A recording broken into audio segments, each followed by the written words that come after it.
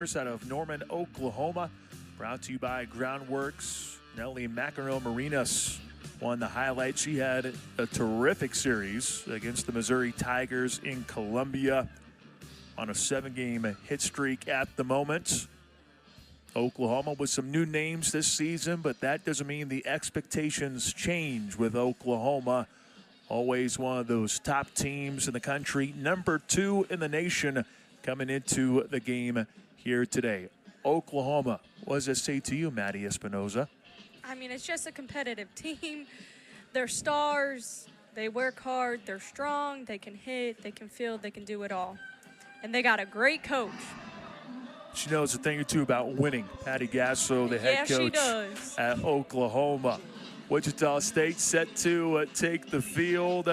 There's the starting hurler for Wichita State, Alex Aguilar, brought to you by Reese Nichols. Those are the numbers for Alex, ERA north of 4 at the moment.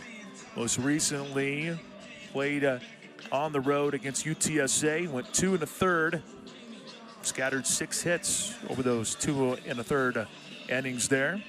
2 runs surrendered, 2 walks, 1 strikeout. Let's see how she fares with one of the toughest lineups to deal with in the country. Defensively for Wichita State, Gabby Scott has been a mainstay behind the dish these last couple of games. Although yesterday with Central Arkansas being here, we got a little taste of Caitlin Beckerly. But it's Gabby Scott who's in the starting lineup once again. Sammy Hood and Taylor Solacek manning the middle. A look at the series history. Oklahoma commands a dominating lead of 56-7. OU 14-3, and Wichita, including a shutout last year, 7-0. Oklahoma has already played Wichita State. Took place on February 23rd, and the Sooners ended up getting the W 8-1. It was Sam Landry who went 5 2/3 for Oklahoma. Had 10 strikeouts, just 3 hits generated by the Wichita State offense. Beautiful day for some softball, sellout crowd. Number 2 team in the country in the house. Yeah, as a former player, I would imagine that this is exactly what it's all about. Yes, it is. See, in a game like this, Wichita State is going to come out here and they're going to be hyped. They're going to be amped up because obviously OU is a really well-established team, great athletes. So they bring their level of play up. So I'm excited to see what these two are ready to do. And meanwhile for Oklahoma, 29-1, lost in game 2 in the series in Columbia to Missouri. It's a brand new week for Oklahoma. Can't wait to see what Oklahoma can bring to the table here in the brand new week. Starting things off, Abigail Dayton for OU, and she watches the first one for a called ball. Dayton, the junior, batting average of .321 this season. The one thing you got to get used to in the Oklahoma lineup, good amount of lefties. That was the one thing you said as soon as you saw the lineup. Look at all the lefties, and what does that do when you have a pitcher like Alex Aguilar who is a righty trying to combat that? I mean, I will say Alex Aguilar is pretty well at hitting that inside corner for lefties, which is not always a plan of attack for most people, and that could also be why she's the starter of this game, because she's able to hit that inside and not be afraid to move in a little bit on those hitters. So, I mean, it could go either way. I don't know. Alex has had some pretty good games in her, her repertoire with the really good teams. I mean, those top teams she's pitching against. So here she is again. Dayton in her first year at Oklahoma was at Utah the last couple of years, and she starts things off with a walk.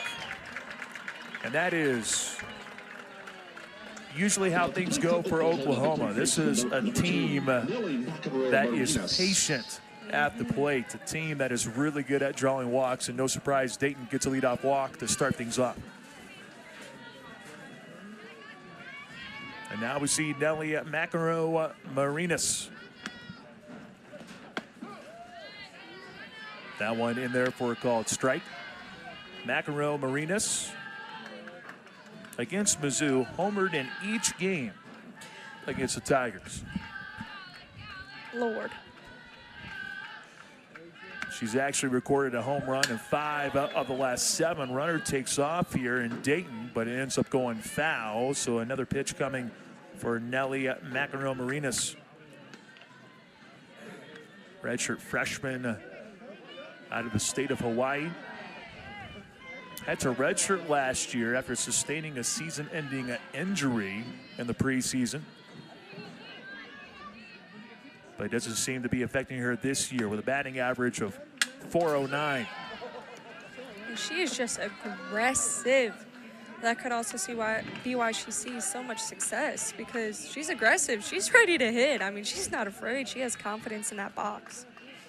Oklahoma with 60 home runs as a unit this season. She's responsible for 10 of them. Runner was dancing around for a moment, trying to test the arm and awareness of the catcher, Gabby Scott. McEnroe-Marinas, 38 hits in total. Impressive. And she shoots one to right. And the ball then gets bobbled by Lucas, and that allows an extra bag to be claimed by McEnroe-Marinas. And Oklahoma already off and running here in the first inning with a couple of runners on the bags. Yeah, just a good hit, good solid hit, and then you got a bobble, and Oklahoma is going to capitalize. They're a great team, good athletes. They're well aware of their strong suits. Well, the one thing you mentioned, Wichita State is going to be amped up, but sometimes that can result in maybe some misplays defensively. For sure. Sometimes you get a little too amped up and you're not able to calm yourself down. You put a little bit too much pressure on yourself. So, you know, it could go one or both ways. Cassidy Pickering batting third for Oklahoma today, the left fielder. Sophomore out of Humboldt, Texas. Has 2 runners in scoring position and a 2-0 count in her favor. Made an immediate impact as a true freshman in 2024, earning an everyday role, playing the outfield, anchored the heart of the Sooner order.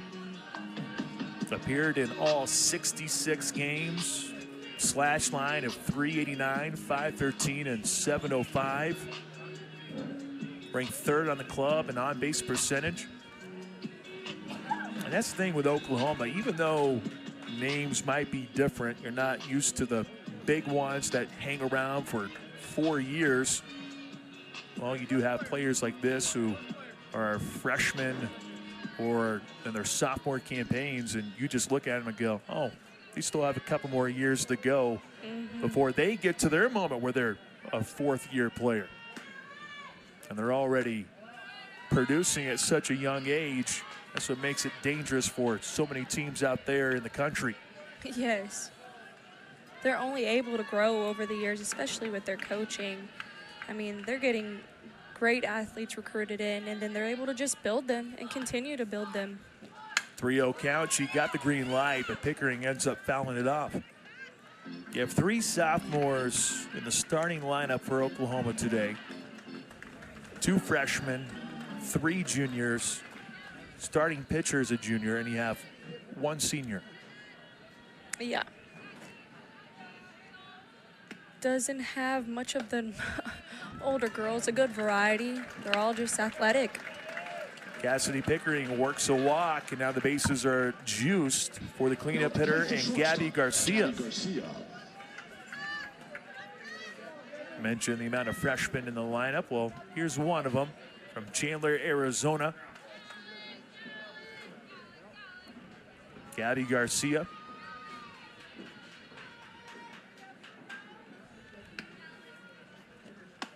Ends up taking the first one for a ball. She had a 14-game hit streak come to a close in that second game against the Missouri Tigers, a game that Mizzou won 3-1. And they're going to be a little bit amped up over that loss. And, you know, sometimes that's not great for their opponent because they come out ready and hot after losing. Yes, they obviously clinched the series, but still, this is a winning team. The 1-1 fouled off. And Alex Aguilar in a great situation here with a chance to get that first out for the inning. But you know, Garcia is going to make her work with a batting average of .390.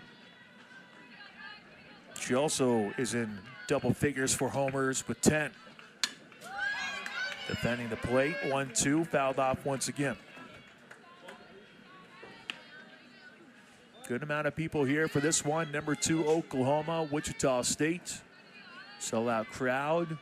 They installed some bleachers in right field and a good amount of people there for today. Of course, you got a porch out in left. A few people out there as well. The 1-2 also fouled off. I mean, she's just working it in the box.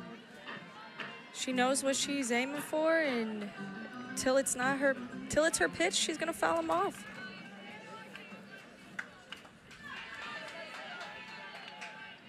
Patience, name of the game for Oklahoma. The 1-2 ends up getting by the first baseman for a hit. That scores our first run for the game. Gabby Garcia comes through with an RBI single as Oklahoma draws first blood.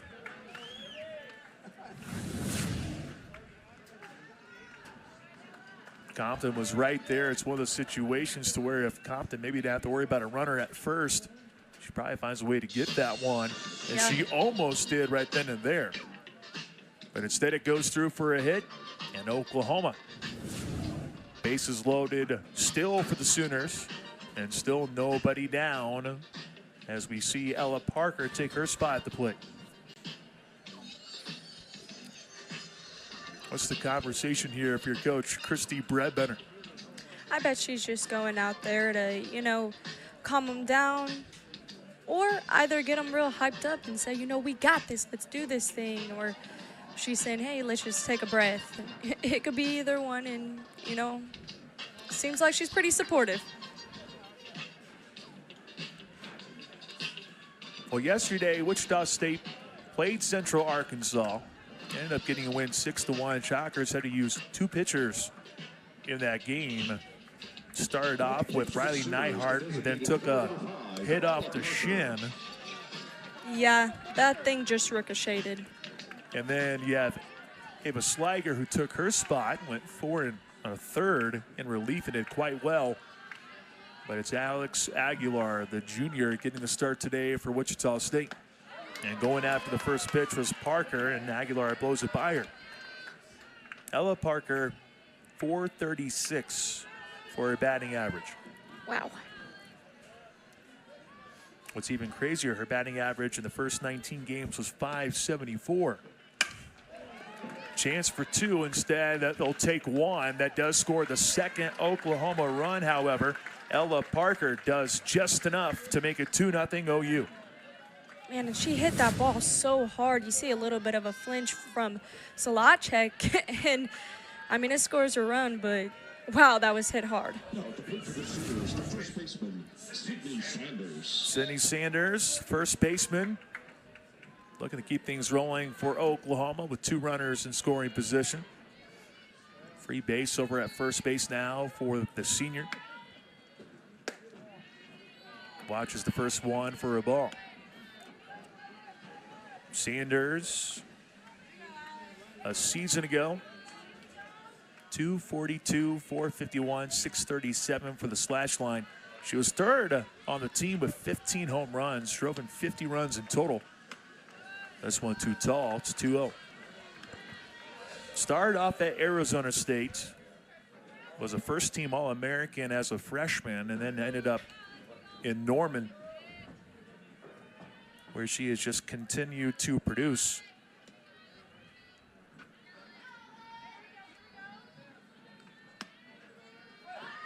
Shows bunt, got underneath it. Here comes Compton for the catch for Wichita State.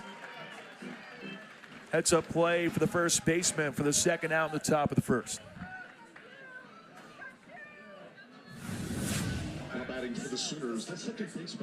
Yesterday, we saw Sammy Hood go with a similar strategy, and it resulted in a run, in a hit. Not so much there for Oklahoma. Ailana Agbayani now at the plate for Oklahoma. She shows bunt. She puts it down. Tough play to be made by Nelson. She just puts it in her pocket. And Agbayani says, all right, don't mind if I do. Let me do the same thing, but here, let me show you how it's done by putting it down the third base line for a single. She just gets that down with ease, puts it in a perfect spot, and she's fast. I'm telling you, those Oklahoma girls, they are good. I mean, they got everything in the game. They really do. Just straight athletes. Number 8 hitter Isabella Emmerling behind the dish today for Oklahoma. .254 batting average for the redshirt junior out of Martinez, California. First year in a Sooner uniform, and she lifts one in the middle. A diving catch attempted but unable to be made. And Oklahoma makes it 3-0 in favor of the Sooners.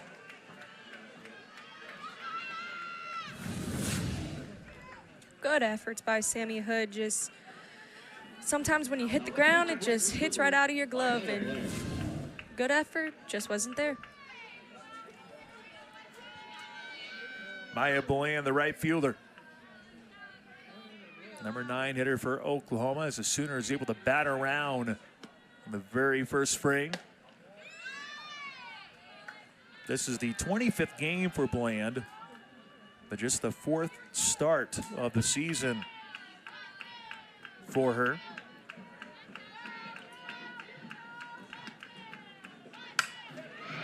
She goes to the right side and eats it by a Wichita State defender, and Bland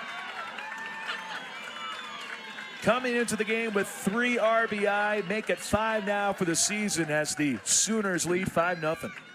Wow. And it just happens like that. Put the ball in play, got some speed on the bases, you're aggressive, and there you go.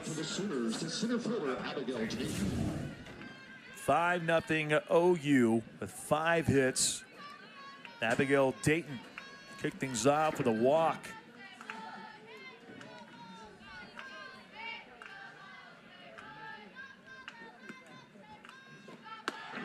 Takes the pitch, throw to second on the attempted stolen bag, and Bland is able to reach safely. Third stolen bag of the season for Bland. And now Dayton, talked about Bland having just 3 RBI. Well, Dayton's got 3. She has a chance to maybe make it 5 runs batted in if she can find a sweet spot in the outfield.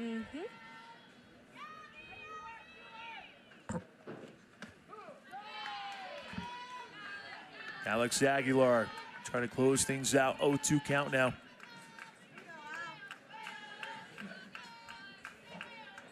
Oklahoma finding some good spots early on here in the contest. Went after the 0-2 and just fouled it off. Abigail Dayton, 2025 preseason All-SEC. 3rd-team All-American when she played with Utah.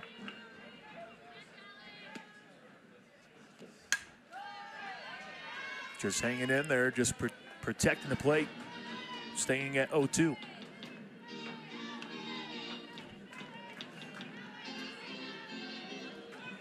Season ago at Utah, batted .431, also was a stellar defender.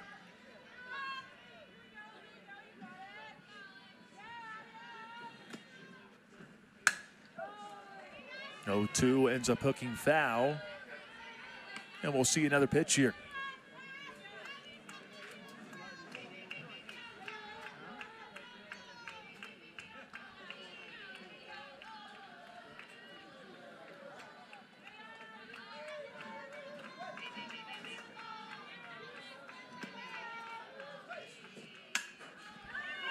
Just chopping away just to make sure that Alex Aguilar doesn't get the punch out.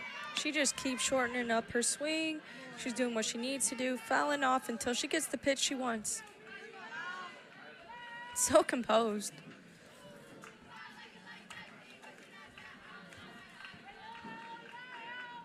Aguilar looking to close the inning.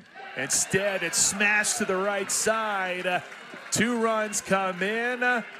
Looking for 3 is Dayton, and she slides in safely. 2 RBI triple. Oklahoma expands it to 7.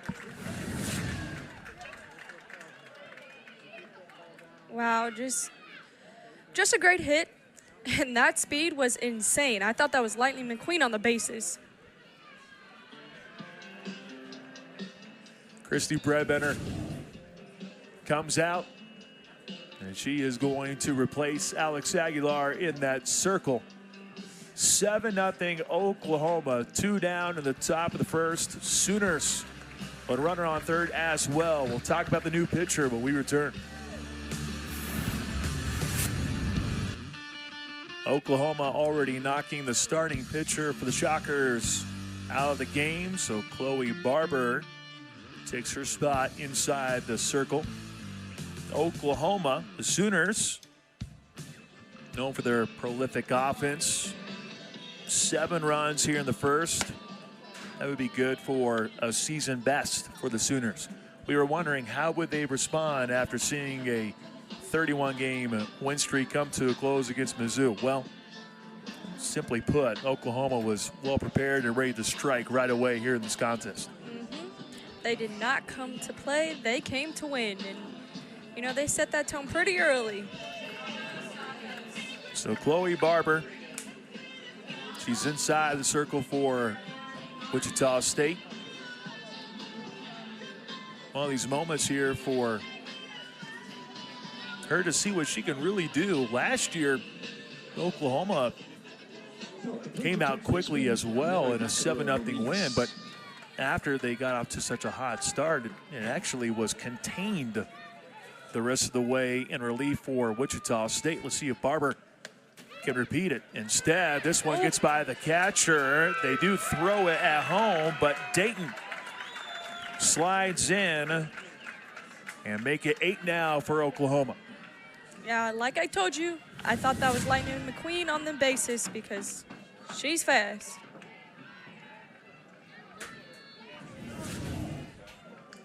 What's the famous line? If you want to be like me, ka-chow, is that the famous line there for cars? Pretty sure that's the case for Lightning McQueen as Nelly and McEnroe Marinas fouls this one off. Hey, if you're going to start quoting, you know, Pixar movies, then game on. McEnroe Marinas end up singling earlier this inning.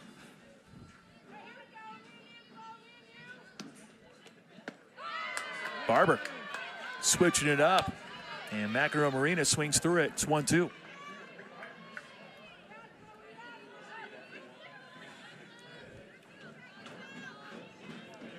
Last time out for Barber, played at UTSA, went just 2/3 of an inning, and she delivers a strikeout at her first inning of relief. 8-0 no, Oklahoma on top.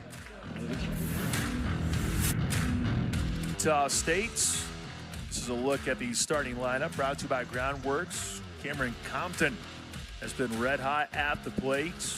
Lasted a 2-run no-doubter yesterday against Central Arkansas. Oklahoma's starting pitcher, Kirsten Deal. ERA of 2.19. Oklahoma pitching-wise just across the board. A collective ERA of 1.90, which is number 5 in the country. Eliak kicking things off for Wichita State. And this is a lefty hurler in Deal, which will switch things up for Wichita State.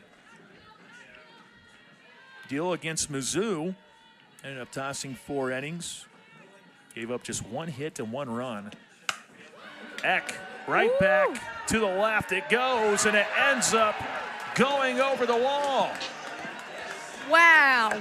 Ellie Eck with a leadoff home run for Wichita State. Went right after the scoreboard. That was insane. Nothing but ball. Kind of up the middle, kind of Apo Taco, and out of here. A good thing they have protected netting around that scoreboard because she used it as a target. Second home run for Ellie Eck as a Wichita State Shocker. Wichita State trims it to 7.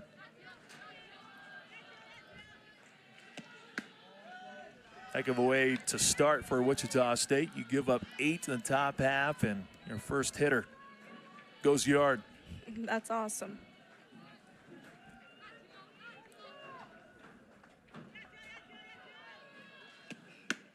Lauren Lucas, starting right fielder.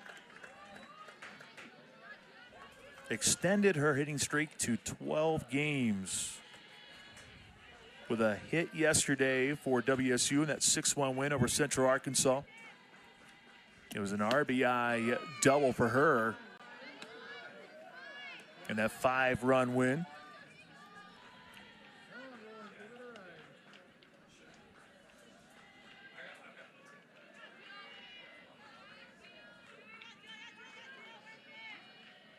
Two-one from Deal.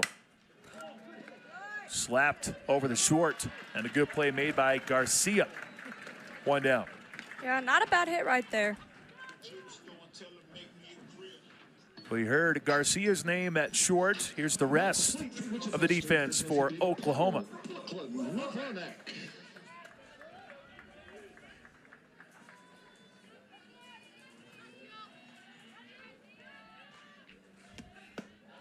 First one, the Brooklyn Levonic ends up being just off the plate for ball 1. Levonic and Lucas both with the same batting average. Lauren Lucas at .429, and this is a freshman who's at .429. Yeah, I mean, it's extremely impressive. To see that consistency in a freshman is just, I mean, that's really promising. You've highlighted some of the younger players for Oklahoma. Same could be said for Wichita State with some of their members. Don't know if we'll see either of the freshman pitchers in Riley Neihart or Ava Sliger today, but they pitched yesterday in that win. You have Levonic, Gabby Scott, some freshmen that are really coming along for Wichita State. Levonic yesterday, she was 0 for 2 in the game, and then in the 5th inning, 2 RBI double. 3-1, fouls it off. Full count now.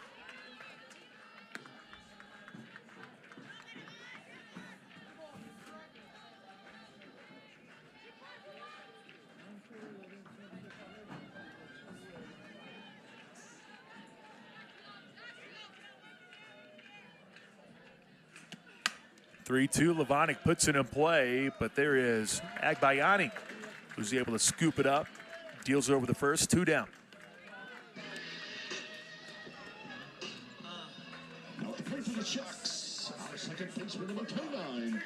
Last time these two teams played, this was the final score, 8-1, and we've already reached it in the first frame. I know that following this game, there'll be some post-game fireworks, but we're already seeing plenty of them already here in this contest as Taylor Solacic takes the first one for a ball.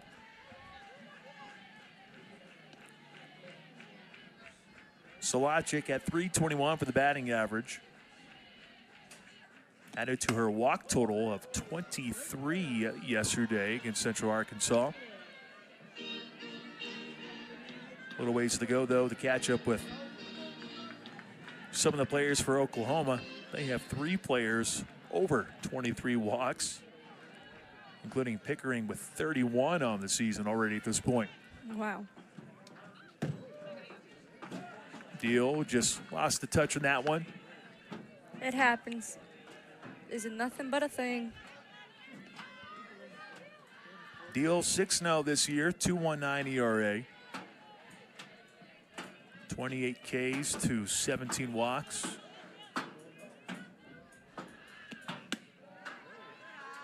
Three balls, one strike now here for Solacek, who's really been seeing the ball well for Wichita State at the plate.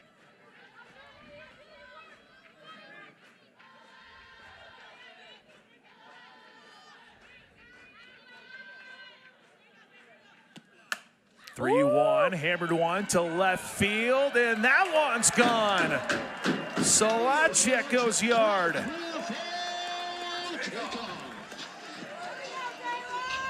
Sixth home run for Taylor Solacek, and Wichita State gets 2 runs in the bottom half of the first via the long ball.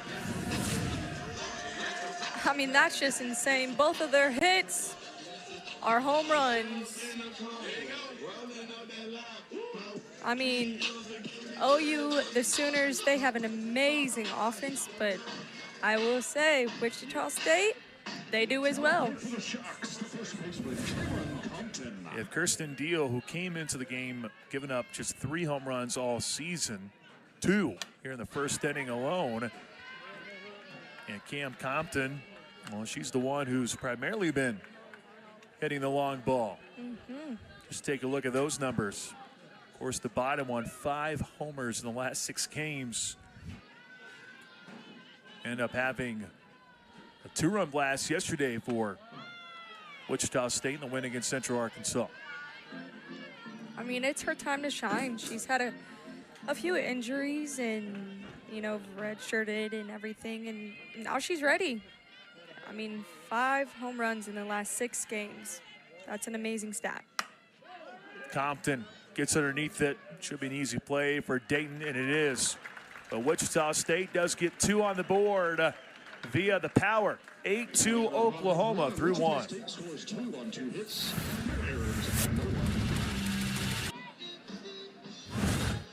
Chloe Barber has come on to replace Alex Aguilar. Ended up striking out Nelly Macarona-Marinas to close top of the first. And now we have Cassidy Pickering. Noted how many walks that she had moments ago. Now up to 32 because she drew a walk in the very first inning. And for Chloe Barber, that'll be something that she'll have to deal with this year. Has given up 42 walks. Oh, last year she had 64 in 28 appearances. Started 19 games. But this year, ERA has gone up. 3-6 record.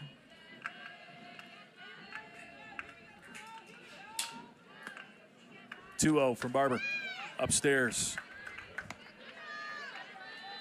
I remember us talking about how, you know, the game of softball has changed. There's more film on people, and that could also be a reason that Chloe Barber has seen a little bit more fight from her hitters, is because, you know, they know some of the pitches that she's going to throw. They know her style. They know more.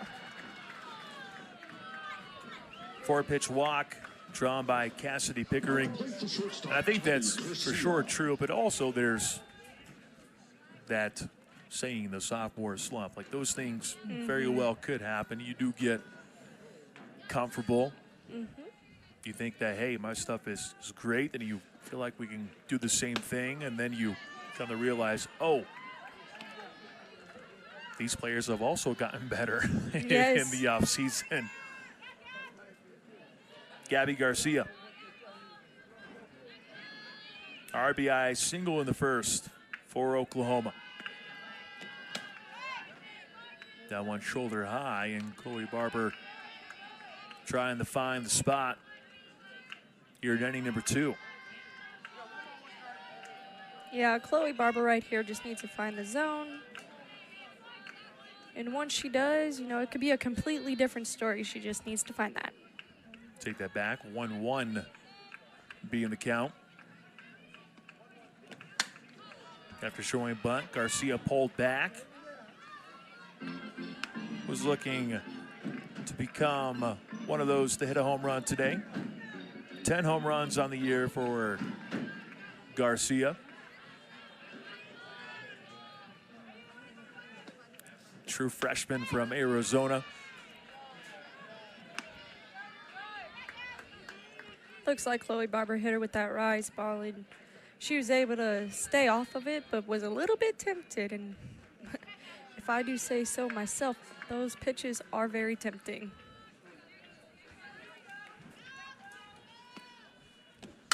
Two-two, hit hard to left, and back it goes, and off the scoreboard.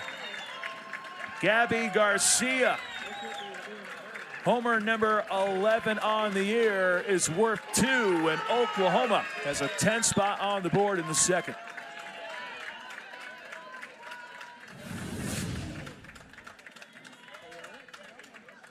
Wow, just gone off the bat. You could call her Gone Garcia because, man, that ball was hit well.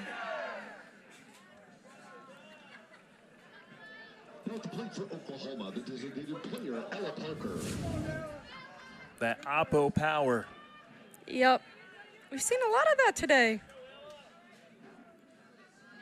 3 home runs now in the game, 2 for Wichita State. First one for Oklahoma. Ella Parker would like to keep it rolling for OU. When you look at these 2 programs over the years, it has been bombs away for Wichita State and Oklahoma. Sooners now up to 61 for 2025. Had 122 a season ago. Over the last 5 seasons, Wichita State has hit the 4th most homers in all of Division I softball at 400. Oklahoma, though, number 1, and by a mile over Miami of Ohio. Miami of Ohio with 506. Hood makes the play from short. First out recorded in the second frame.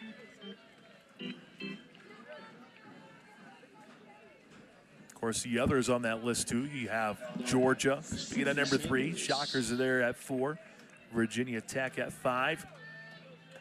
Home run ball hasn't quite been there for Wichita State and Georgia like previous seasons, but when you lose some familiar names like an Addie Barnard, naturally you think that the production would dip a little bit.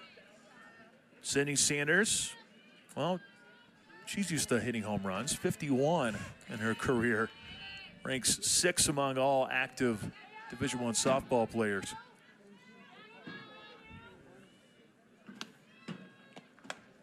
Ooh, that ball had some spin on it.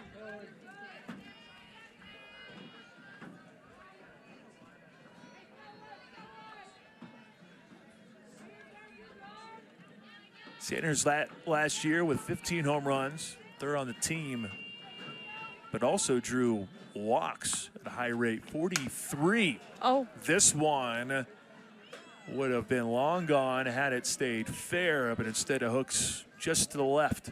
She'll have to try back and try to do it all over again. But we're starting to hear the pop now. Talking about those fireworks. You got those fireworks coming off them bats. They are passing that bat.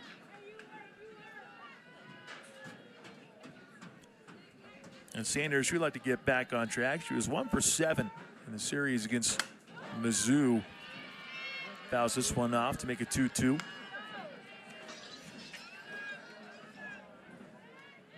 But as good as Sanders has been with homers, the walk game has been great too. 4th in Division I with career walks with 140. Wow. Downstairs, and here she is working it back to a 3-2 count.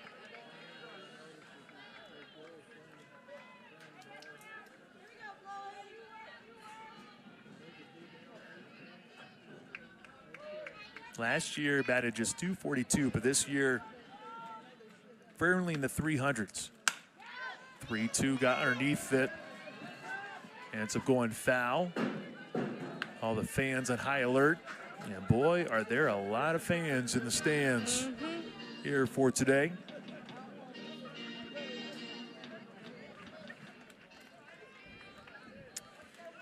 Yeah, it's looking pretty packed out there. That's what I like to see. And all of them getting a chance to look over at a new building that is currently being constructed. Wichita State investing in the softball program. The Christy Brebender leading the charge. Over 400 wins now in a career.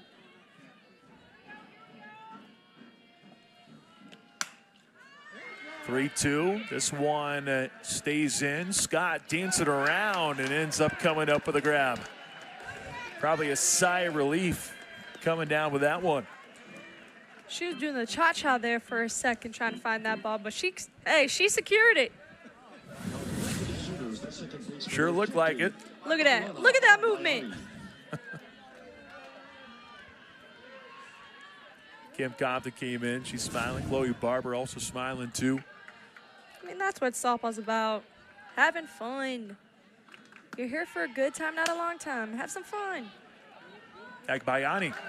She flies out in foul territory. And that ends up closing the inning. However, 2-run homer for Gabby Garcia makes it 10-2 OU. Starting in the contest. A couple of solo shots for Wichita State. Shocker surrendered 8 runs at the top of the first, but battled back to see if they can try to match the 2-spot put on the board by Oklahoma in this ring. Although one would imagine Deal is trying to tighten it back up, but that one just losing control.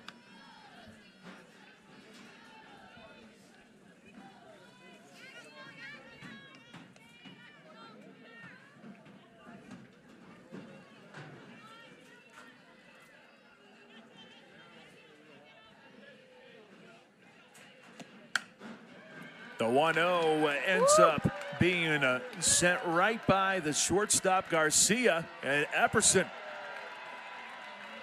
showing off her speed. Ends up sliding in at second for a leadoff double. She can do it all. She's got the power, she's got the speed, she's got it all. Had to hold your breath for a moment because Garcia is such a talented shortstop. You just didn't know if it would get by her. The Wichita State back-to-back innings of getting the leadoff person on. Now can Gabby Scott keep the line moving? Freshman. .321 being the batting average on this season. Sitting with 9 hits. Number 10 potentially could result in a 3rd run. Instead, it goes to short. Garcia did check for a moment at 3rd, but instead takes the out over at 1st. 1 down in the bottom of the 2nd. Now to play for the Sharks, shortstop number 4, Sammy Hood. Good aggressive base running from Epperson, but as you can see, Coach Bredbender is smiling at her, laughing because she probably should have not gone. But, you know, sometimes being aggressive gets you another base. Well, when you look at the situation the Sharks are in, you're down by 8. You might as well gamble a little bit more. Yeah, try it a little bit. Because you never know. Sammy Hood looking to bring her home. Sammy Hood yesterday against Central Arkansas ended up going 2 for 3. She singled in the 5th, although the ball didn't go very far. She tried to get the ball down with a bunt. Instead, it popped up. Here she is showing a bump for a moment, but pulls back. But in the 6th, now that hit went a little further. That one went over the left field fence, but you had to wait for a moment because it was hugging that left field line. Ends up staying fair for another home run for Wichita State. This one is in foul territory. McEnroe Marinas ends up coming up with the catch for Oklahoma. And there are 2 down. Now at the plate for Wichita State, the third baseman, number 21, Kristen Nelson. Well, Kristen Nelson had herself a game yesterday. She got on the bags all 3 times as she went to the plate. Singled in the 3rd, and then she had back-to-back walks, one in the 5th and one in the 6th.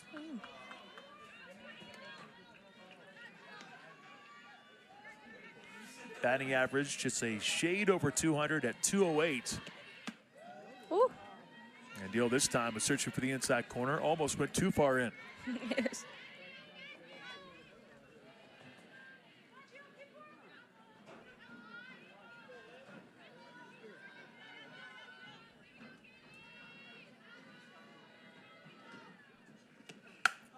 Nelson to right, ends up going for a hit, and Wichita State gets run number 3 on the board. It's Kristen Nelson who brings home Jody Epperson to make it 10-3.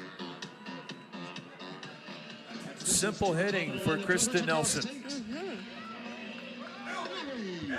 Her 5th RBI on the season. She gets the job done. And now the one who started the home run party is now at the plate, Ellie Eck. That was not just a home run. That was a laser beam. For real. If there was not a net out there, I don't know if that board would be okay. Eck, hard hit ball down the first base line, but a little bit too far to the right, however. Goes as a foul ball. 2 really powerful swings from Ellie Eck. Yeah, she came out guns blazing today.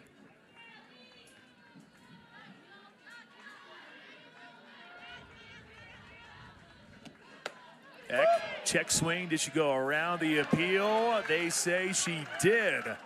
Now, Christy Bredbender is heated after that type of call, but it does close the 2nd frame. 10-3 Oklahoma.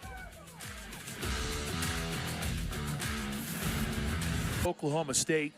I have a feeling some Oklahoma fans might be interested in that one. Just a few. I don't know, actually. I don't know. Not like that's a big rivalry game or anything. 10-3 Oklahoma as we open up the 3rd frame. I don't think Isabella Emmerling meant to do that. Ends up being a foul ball. That ball came off hard off her bat, and she barely even swung. That just shows you. The raw power. The Sooners are strong. Sooners strong. Come on. Isabella Emmerling with an RBI single back in the 1st frame. Chloe Barber mixing up the pitches here today. She's been showing a little bit of everything today. Yeah. Hasn't just all been about power. It's been a little bit of everything for Chloe Barber in relief. Yeah, she's utilizing that off speed, and that's a nice changeup, I will say. Well, she came in the 1st, recorded a strikeout to close the 1st frame. Then she gave up a walk, a 2-run homer, and then ground out and a couple of pop-ups. Not bad. Maybe she has found her rhythm for Wichita State.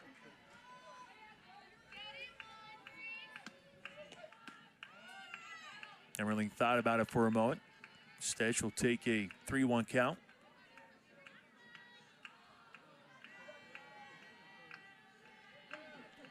Emmerling in her first season with Oklahoma was at North Carolina beforehand. Ended up setting some records for North Carolina. And this one is drilled to right, and it reaches the bleachers for the 2nd home run for OU. Emmerling with her 9th home run on the year. And Oklahoma makes it 11-3. Yep, just straight power. And I wonder if that dude caught it. Oh, he almost did. ball was hit too hard. We all can't be Matty Espinosas. We all can't catch those. I don't know about that.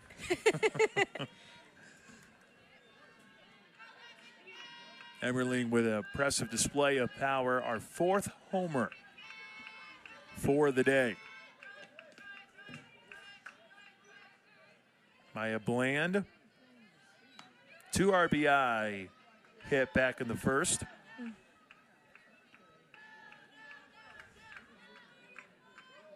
As a freshman, ended up being Oklahoma's top pinch runner in 2024.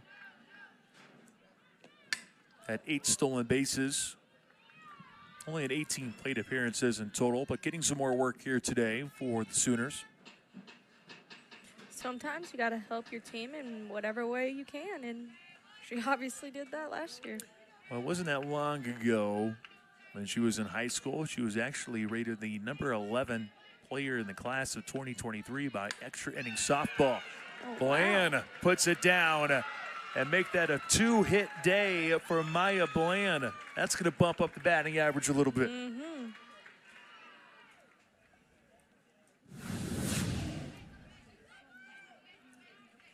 Just a nice bunt. I mean, set perfectly. And the thing with that's, troubling about the Sooners is, they can hit bombs and they can bunt and they can steal, and you never know what to expect. They always keep defenses on their toes. This one gets away from Barber, and that's an easy advance for Bland. Last year, Bland had 5 hits in total with 4 RBI.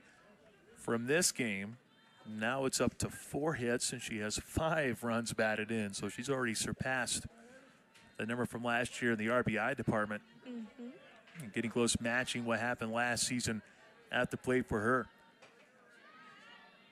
Nice confidence booster for her. Don't think Abigail Dayton needs a confidence booster, but maybe this will help. No. Instead, it's a catch for Eck. You saw the speed from Bland tagging up and reaching third, but Dayton there for a moment sure looked like that would be the 3rd home run for Oklahoma. Yeah, I was shaking in my boots. I didn't know whether it was going to go over or she was going to catch it, and barely stayed in. Good catch by Eck. And Dayton only has 1 home run on the year, so a lot of power coming from her in the leadoff spot, but that one almost had the distance. Instead, it's the first out of the 3rd. Ellie McEnroe-Marinas. She has shown that she can hit the long ball with a home run in 5 of the last 7. With a single back of the first, she has extended her hit streak up to 8 now. First time she faced Chloe Barber, actually struck out. Let's see how she handles the pitcher second time here. Gabby Scott with a good block to make sure it didn't sneak by. Yeah, you really got to be a brick house with the Sooners on those bases, because they are beauty, they are grace, and they will steal that base. So don't mess with them.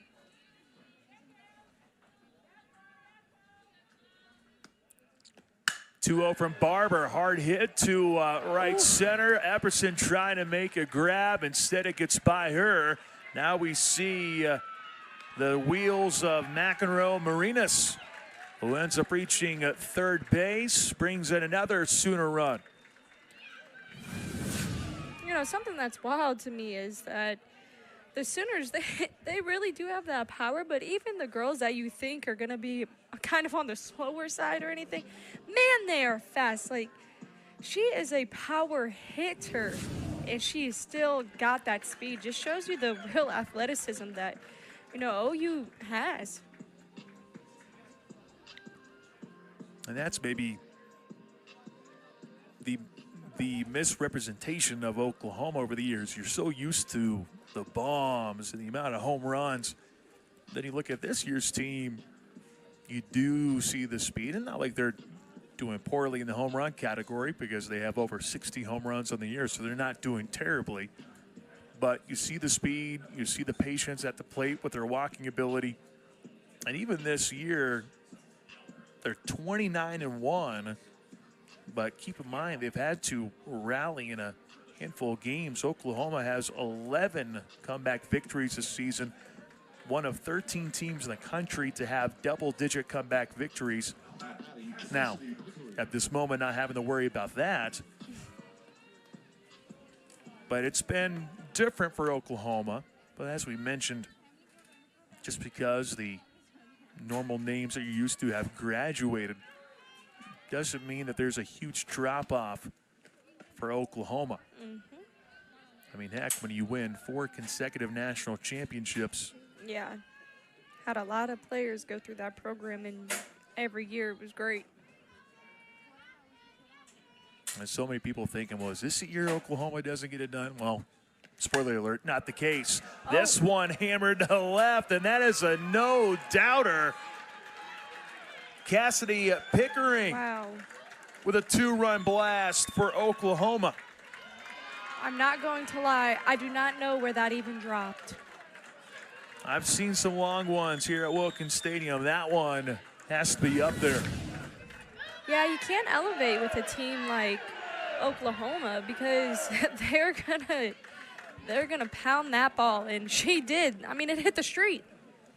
That poor car that came, it almost was poor timing there. Yeah. They need to be careful out there. Second homer of the inning for Oklahoma. Cassidy Pickering with a 7-game hit streak now. Brings her home run total up to 10 after that one.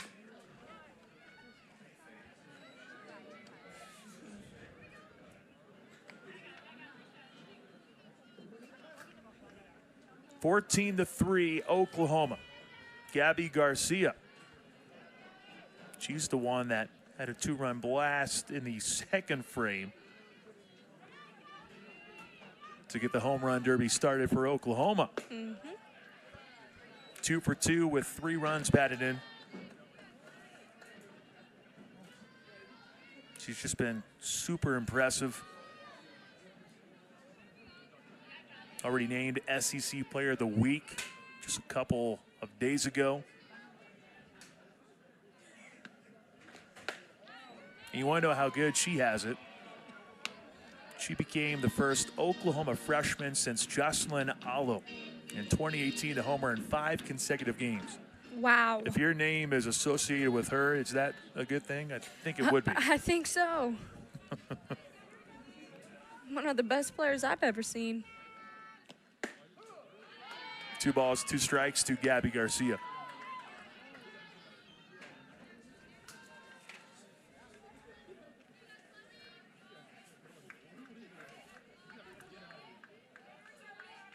Yeah, those home runs take place against Kansas, Marshall, Kansas City, and then 2 against South Carolina.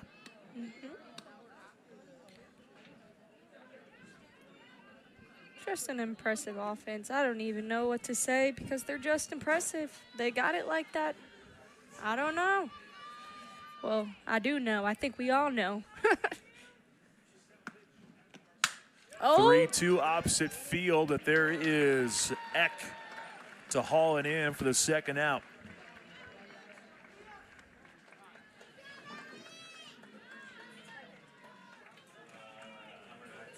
And now we see a new player for Oklahoma. Tia Malloy.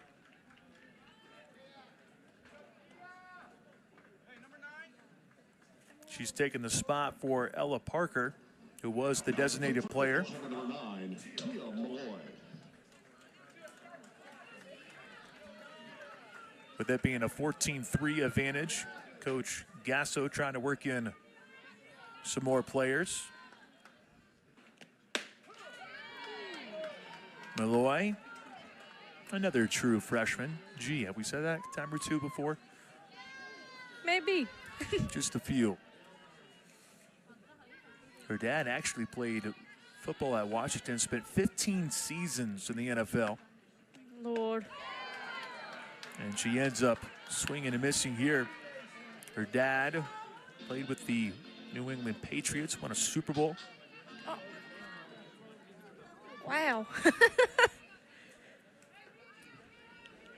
Her sister Amira played softball at Washington. Sister Kiki played softball at Tennessee. But here she is going down, swinging to close the third. However, 2 more long balls for Oklahoma makes it 14-3 OU. State on the 9th, and shortly after is when Wichita State will take on Oklahoma State.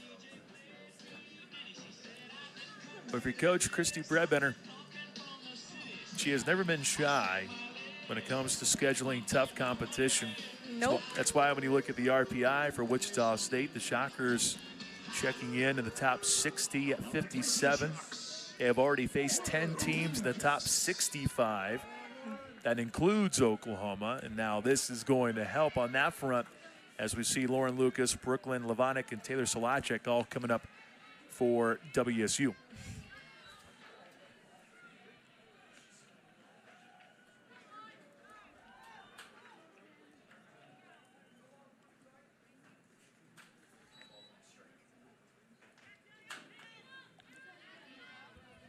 We have Sydney Barker in the game for Oklahoma.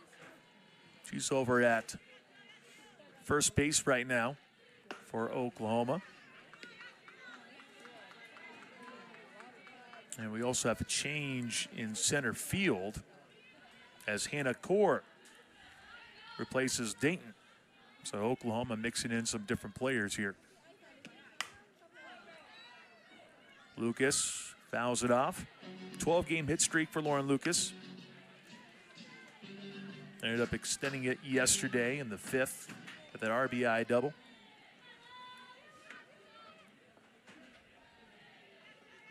One of 2 major players to miss all last year for Wichita State due to injury, her and Cameron Compton. As you can tell, they're both already having a year. Lauren Lucas leading the charge with 39 hits on this season. Compton with 6 homers. Lauren Lucas hanging in there, 3-2 count.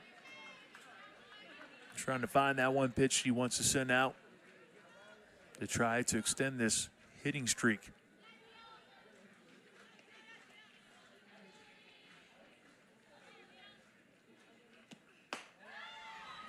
Well, not quite a hit, but she chooses to take a walk instead. First walk given up by Oklahoma's Kirsten Deal.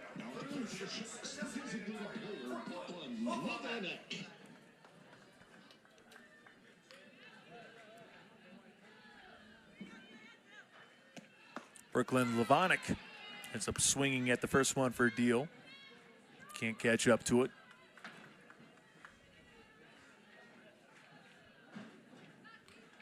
Deal in the first frame gave up 2 home runs. Second inning, it was a double and an RBI single for Kristen Nelson. At least for Wichita State, Oklahoma with 14 runs on the board, but they've at least been able to get some offense in the bottom half of each inning so far. Also been able to get the leadoff person on. He had Eliak, who started things off with a home run off the scoreboard. This one gets by the catcher, and sprinting over the second is Lauren Lucas. And then last inning, you had Jody Epperson with that double. Lauren Lucas getting on with a walk. So at least Wichita State trying. Yeah, Wichita State is, I mean, they're producing offensively. It's just Oklahoma, they can hit, and they can get on, and they're fast, and they're aggressive. So, you know, sometimes it's a little bit hard to combat. Last double-digit run game for Oklahoma was against number 15 Arkansas to wrap up the series. The high for the year for Oklahoma for runs on the board being 17 against Kansas City. Only 3 shy of that today. Earlier this month. 17-1 being the final score in 5 innings.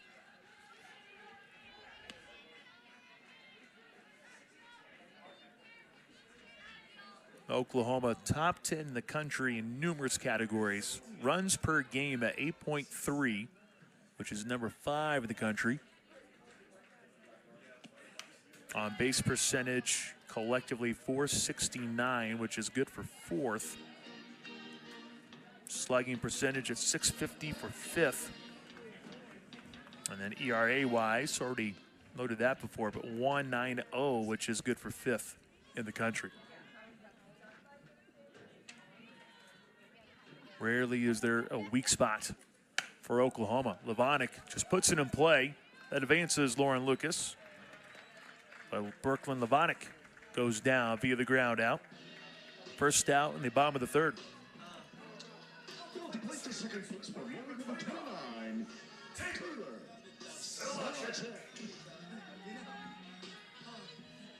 Taylor Solachik with her first plate appearance. Ended up going yard back in the 1st. One of 2 home runs in that first frame. Start things off for Wichita State's offense.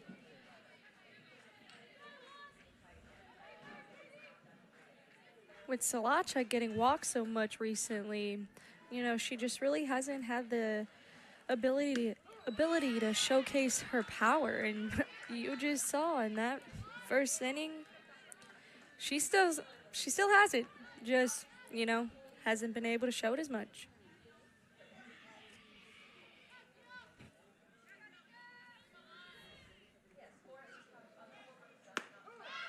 Deal. Good spot. Finds the perfect spot.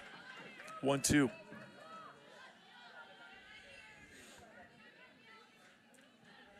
Well, Deal last year, she earned a role in Oklahoma's weekend rotation in her 2nd season. Ended up being an all Big 12 at 2nd team. Here's a shot to straightaway center for Solachik. And she drives in her 2nd run for today. 14-4, Oklahoma on top of Solachik with a couple of ribbies. Yeah, that was nice. Right up the middle.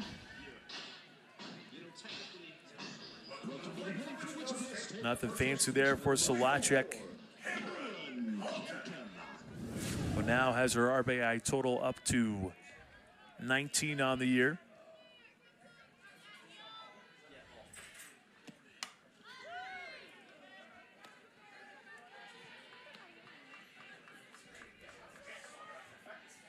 Solachik was unable to come up with an RBI yesterday against Central Arkansas, but she's been able to drive in a run in 4 of the last 5 contests for Wichita State. Maybe another player that's getting hot at the plate for WSU.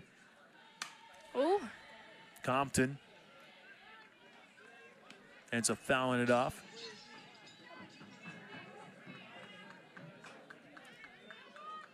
It's just refreshing that she's able to come back from an injury. You know, she didn't play every game at the beginning of this season, and now she is, and she came ready, and she's doing so well, and that's what you like to see. Sometimes coming back from injuries are really difficult, and, you know, obviously she took it head on, and she's doing her thing now. It's really cool.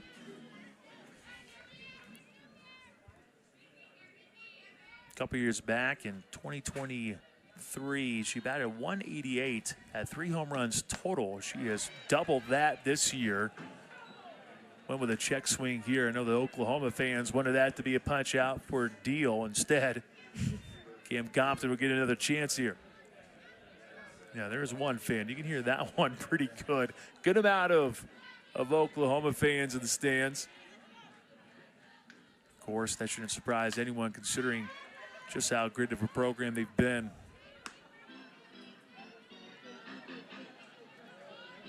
And everyone wondered what it would have been like for them going over to the SEC.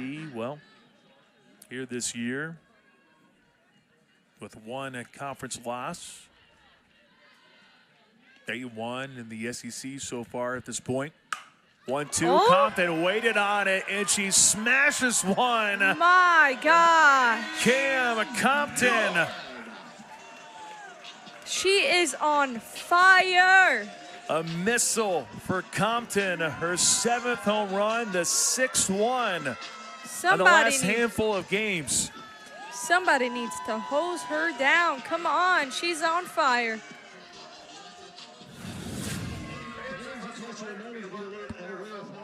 Just, wow. She knew it as soon as she hit it. She turned and looked at the dugout and said, let's go. And then she made the trot where she caught a piece of high chew and now goes over to the dugout. It's 14-6 Oklahoma. 3 home runs for Wichita State. And now Oklahoma will like to slow things down for a moment. Deal having a brief conversation. Lots of smiles, though, in that center circle.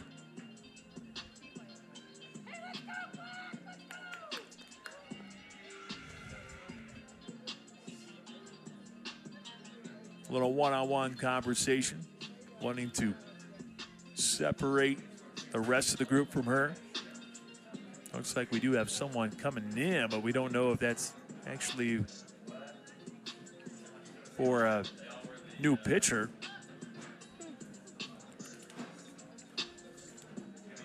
Just a lot of standing and waiting for a moment. Peyton Monticelli's the one who is coming in. And now she officially reaches the chalk as Oklahoma plans on making a switch here in the third. 14-6 Oklahoma. 1 down in the bottom of the third. And we will talk more about the pitcher when we return. 8-run ball game in the third, 14-6. We've seen 6 hits resulting in home runs for both these teams. Just 1 down in the bottom of the third. Jody Epperson. Ooh. She ends up going after the first pitch and makes it a 2-hit day. Had a double in the second and now a single here in the third.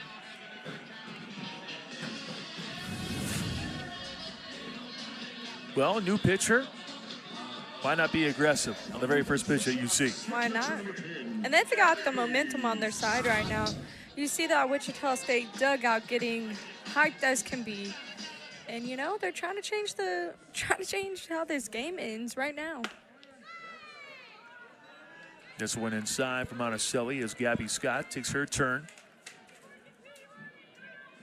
This year, 1.87 ERA.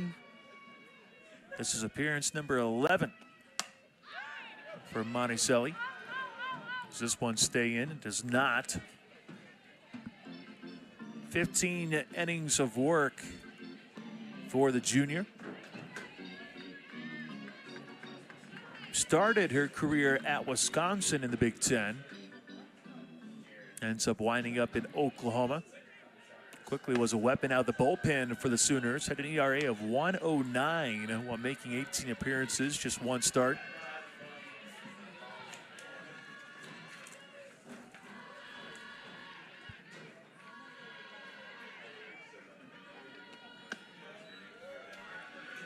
(3-1) to Gabby Scott.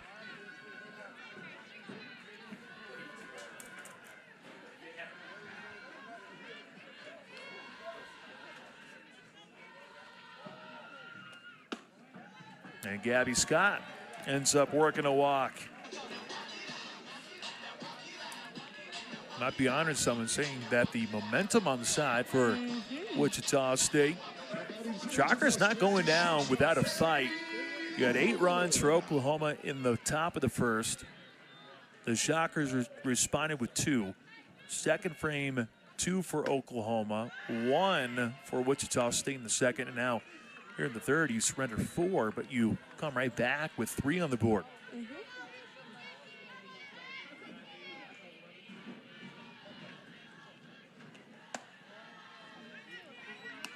2 balls, no strikes.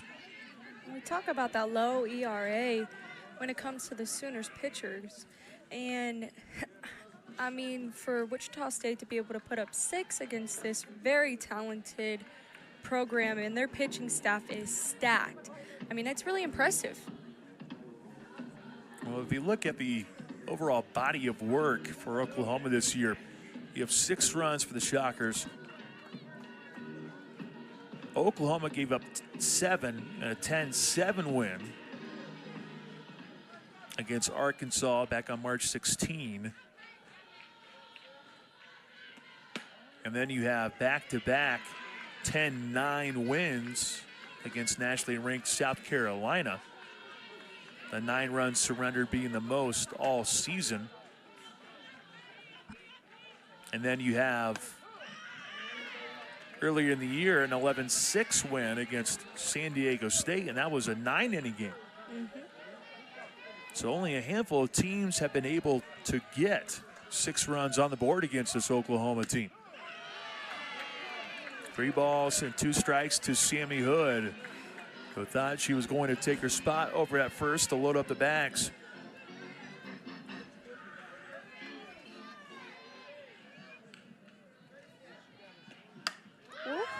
Sammy Hood fouls it off.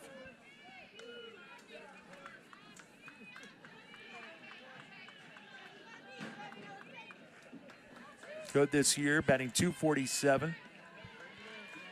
Has 4 homers on this season. Oh, wow. Maybe 5. It is Sammy Hood with a 3-run shot for Wichita State. She said, oh, I'm sitting at 4. Let's make it 5 as the Shockers put 3 more on the board against Oklahoma. As soon as she hit that, you just knew it was gone. I mean, there's not really been any questions about any of the home runs today. I mean, it's been going, gone. I don't even know. I don't even know what to say, but, I mean, we're definitely seeing some great hits today.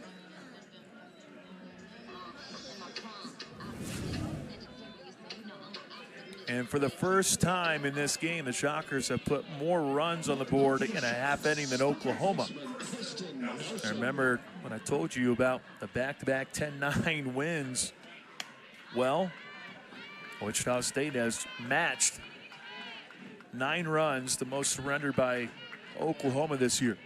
Yeah, and you know, you talked about how Coach Bredbender, she's not scared to put you up with the top dogs, and this is exactly why, because Wichita State, they have that press, they have that grit. You know, they're a mid-major, but they can work. 1-1 from Monticelli ends up being a grounder for Kristen Nelson. Just a second out in the bottom of the 3rd, and now Ellie Eck heads to the plate with already a home run to her name today.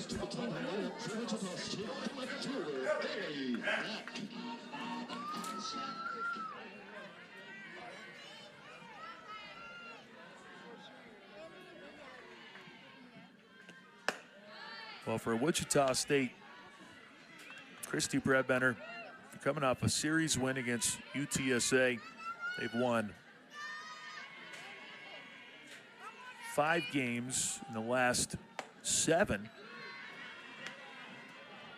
And then got a win yesterday against Central Arkansas to make it 6 in a 6-1 win. But I know, talking to Coach Bredbender,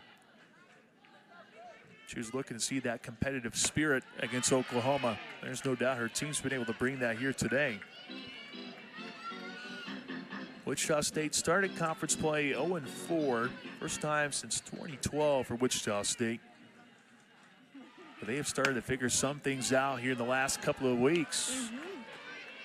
And this, win or lose, I think you're going to take a look back at it and go, hey, we can draw some positives out of this game. For sure.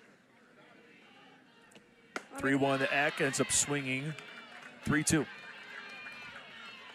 They've also got some young players, as we've mentioned before, but, you know, with that, you have to gain experience, you have to get, you know, used to each other, build that chemistry, and Monticelli blows one by Eck. She strikes out, but 6 runs for the Shockers in the bottom of the 3rd, 14-9 Oklahoma.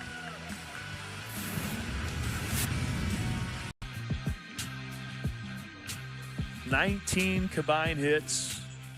You have the 23 runs on the board.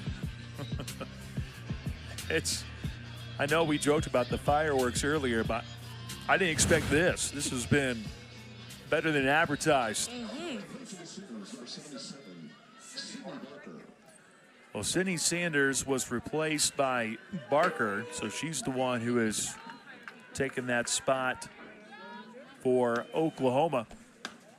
She faces Chloe Barber, who has been on since the second frame. Actually, in the first frame, I should say. Came in the first, got the one out that she needed. In the third, gave up 2 home runs.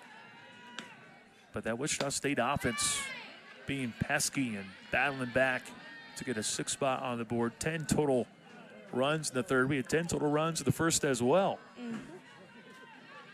Yeah, I think right now what Chloe Barber needs to focus on is getting this inning done with. Because,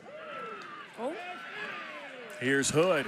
After hitting that 3-run bomb, she ends up making a great play on a 1-hop, 1 down.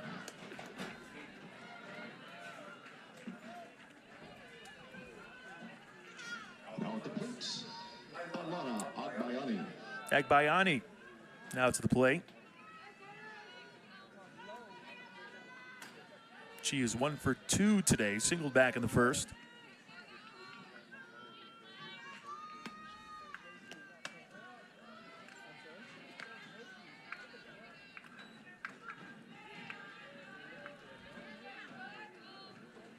Agbayani coming from BYU, established herself as one of the best hitters in a breakout sophomore campaign for the Cougars. Ended up starting 52 games as the everyday shortstop, but a shortstop that can get on base for the best of them. .424 being the batting average. 1.128 OPS.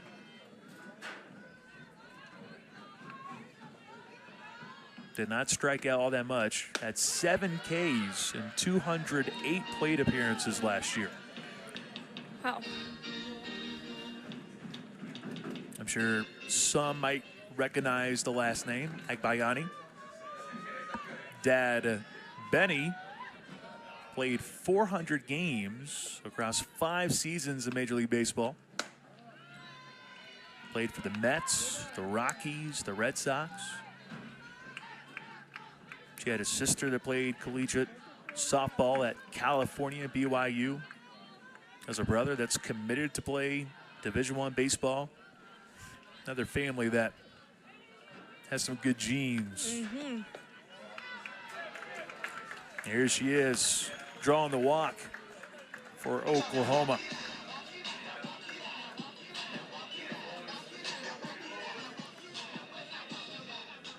Fourth walk drawn by Oklahoma. Now to plate the catcher, number 13, Isabella Emmerling.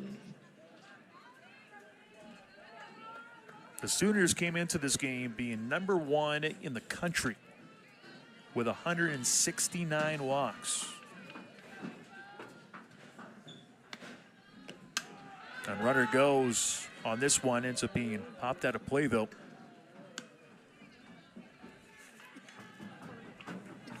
I don't know if it's because pitchers are trying not to give them anything that they can hit because they hit so hard, or if it's because OU is simply just, they're calm in the box. They know what to do. They know what they're looking for. Emmerling had a home run back in the third. This one doesn't have enough. You thought for a moment that maybe, just maybe. I really did. But instead ends up going as the second out in the fourth. Now batting Maya Bland.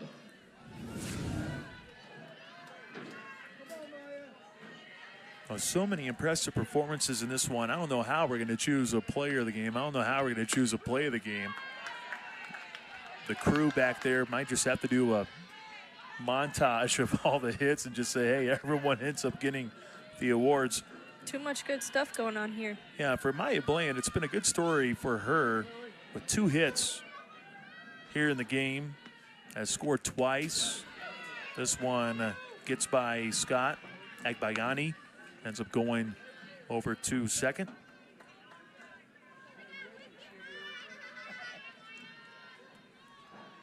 But Bland entered the game with a batting average of 118, making her 4th start. Now has 5 RBI and now has 4 hits.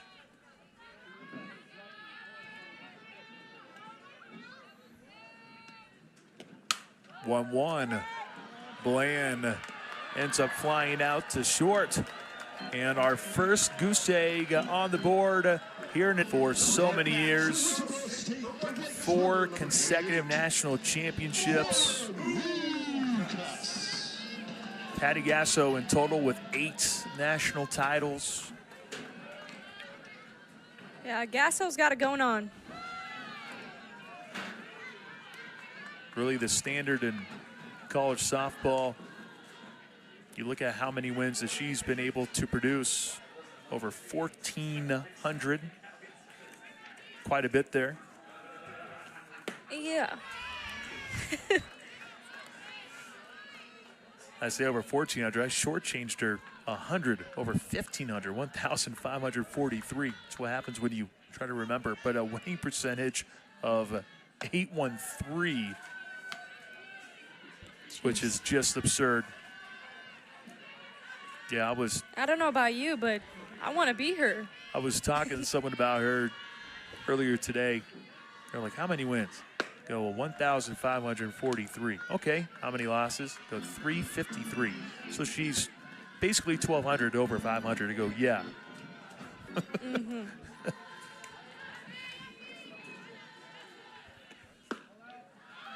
Well, here's Wichita State not giving up. They batted around in the 3rd, and Lauren Lucas ends up kicking off the bottom of the 4th with a leadoff walk.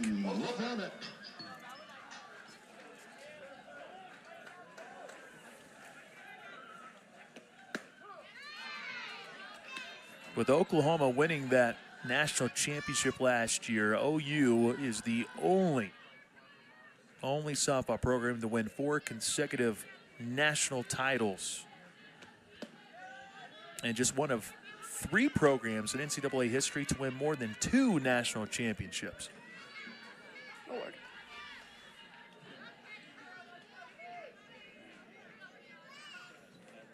I mean, they're superb. 2 balls, 1 strike for Brooklyn Levonick. And it looks like we have a ball that comes from the stands. Ruh-roh. Looks like we had a kid playing with the ball there for a moment. By the way, lots of people here in attendance. It's actually a record breaker for Wichita State. 1,245 people in attendance. The previous largest crowd was 1,115. That was number 12 LSU. That was on March 16, 2017. But here you are with over 1,200 fans in the stands. And I definitely feel with the renovations to Wichita State Stadium, you know, that could be even more in the future. And it's really refreshing to see for the Shockers. Well, you have a commitment. Christy Bredbender has done a tremendous job of building this program. Now you're seeing the backing in many, many ways. Of course, the fan support is the easiest thing to see. But whenever you look at that gigantic building to our left, still under construction. But I got to say, it wasn't that long ago when they had North Texas as Levonick is able to draw another walk. That's back-to-back to open up the 4th here for Wichita State. But it wasn't that long ago. You and I were here. North Texas was in town. And I didn't think that was that far along. Mm-hmm. And now you see it just maybe a week or 2 later, and all of a sudden, oh, hey, something's really coming together. Something really, really special here on the campus at Wichita State University. We're set to see our 3rd Oklahoma pitcher. It's 14-9 Oklahoma.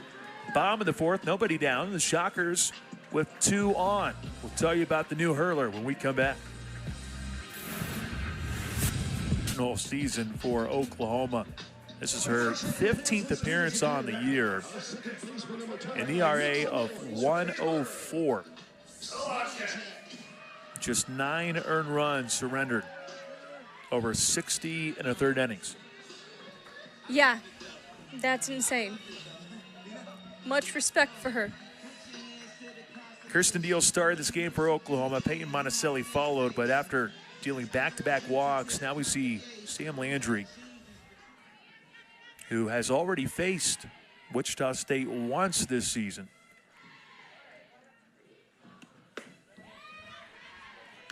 It was an 8-1 win for Oklahoma back in February. Landry ended up going 5 2/3 and struck out 10. And after the first couple pitches, you could probably see why. That's a good variety in her bag of tricks for Oklahoma. Movement is insane. The difference between fast and slow is, it's a big bridge. So really effective pitching. Wow. Taylor Solacek, who's 2 for 2, down to count 1-2.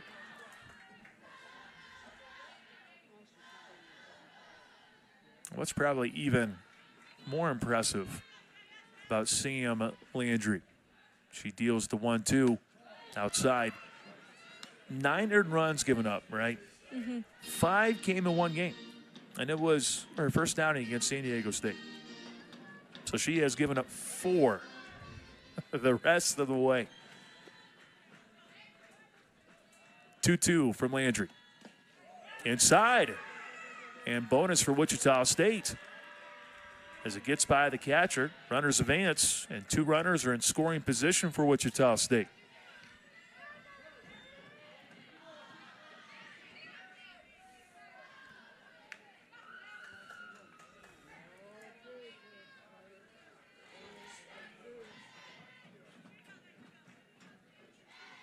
Three-two from Landry. Solacek just got enough, and they're actually going to say it hit her. Either that or catcher's interference. We'll get a review here just to double check on that. And that is correct. Went right down on the glove. I thought maybe for a moment that somehow went in and maybe got a piece of her, but instead, catcher's interference loads the bags for Wichita State. And a very dangerous hitter to the plate for Wichita State and Cameron Compton. She's very dangerous right now. Oh, and Landry roped that one by Emmerling.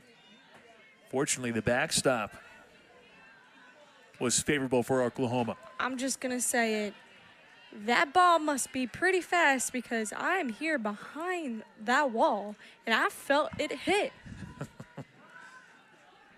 She's got some strength. I don't know what she's got going on, but oh my. Well, her season best this year in strikeouts was 11, and that was against San Diego State in the first game. Had 10 against Wichita State. Last time she played at Mizzou, had 9 Ks. Ended up going the distance.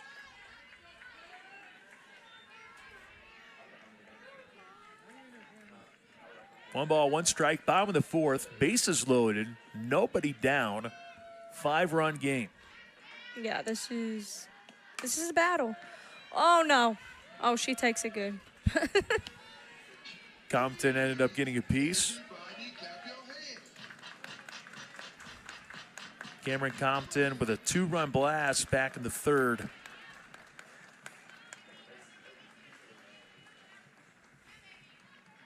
Grand slam would be incredible, but Compton instead ends up lining out to short for the first out in the bottom of the fourth.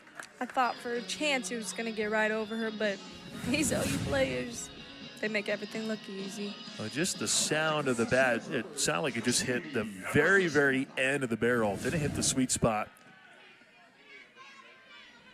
So now with 1 down, Jody Epperson takes her turn in the batter's box, and she went after the first one. She's 2 for 2 tonight, doubled in the second, singled in the third, and she scored twice.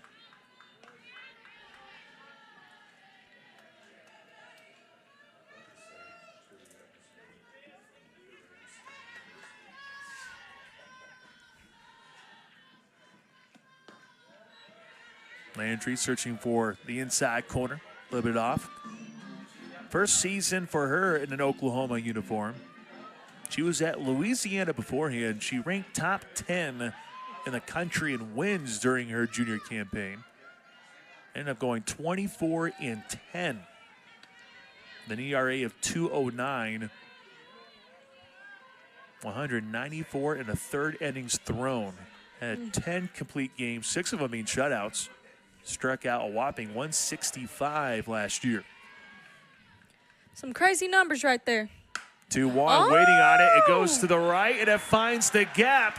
1 run is in. Here comes the second, and the Shockers pull within 3 after a 2 RBI single for Jody Epperson.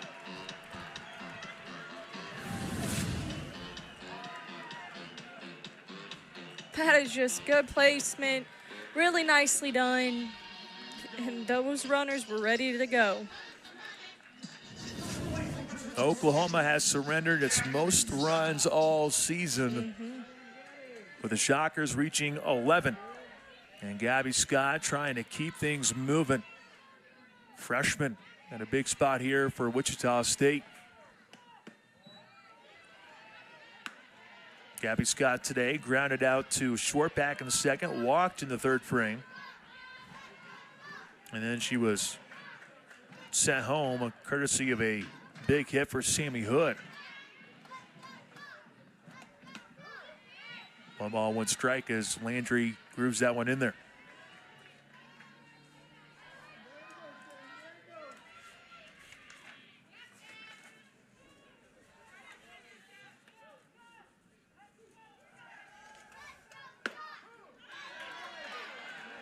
Landry gets the call there. It's 1-2. In case you're wondering, the 11 runs for Wichita State, the series since 1998.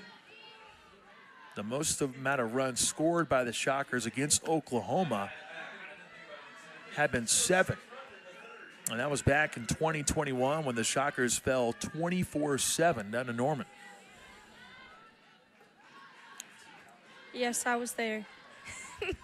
Sure, it was a long day, even for Miss Energy like you. I mean, it was still really fun, though.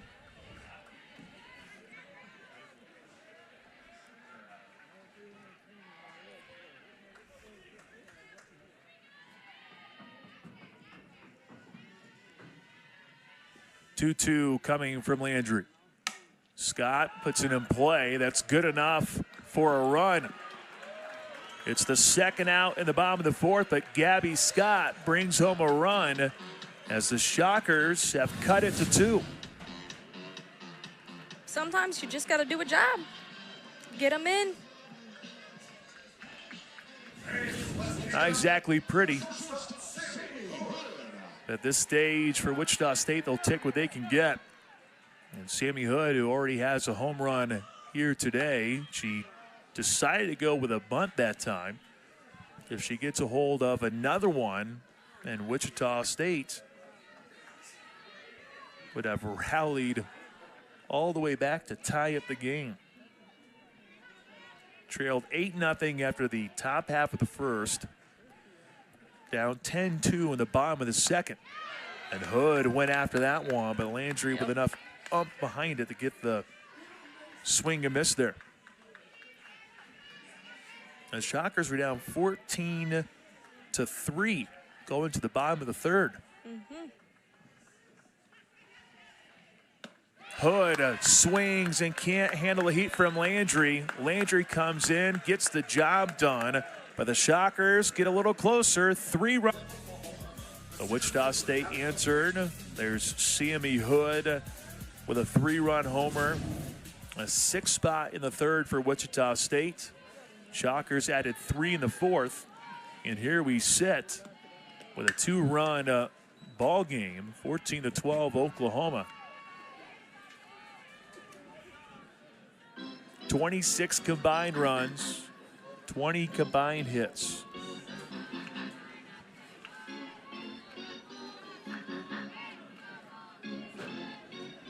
One, two, three hitters here for Oklahoma, starting with Abigail Dayton.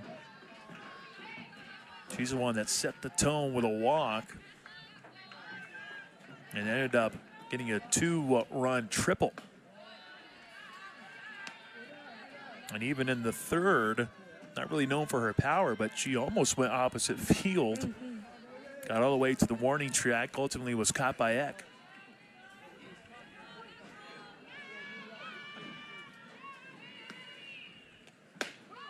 One from Chloe Barber gets the call.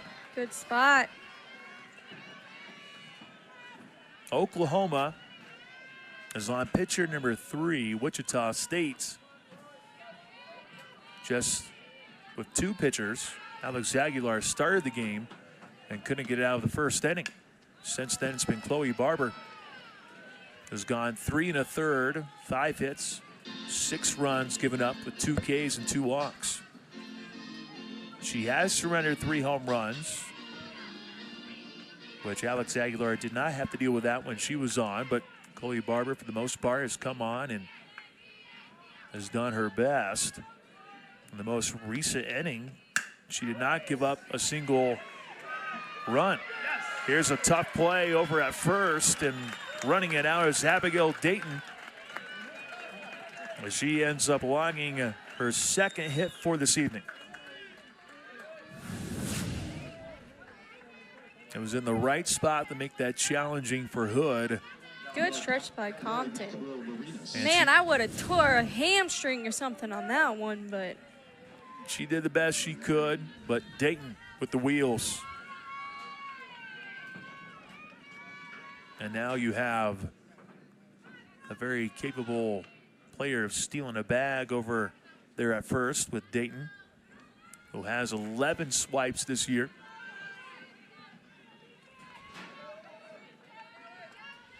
Nelly Macaron-Marinas goes after the first one and finds the gap.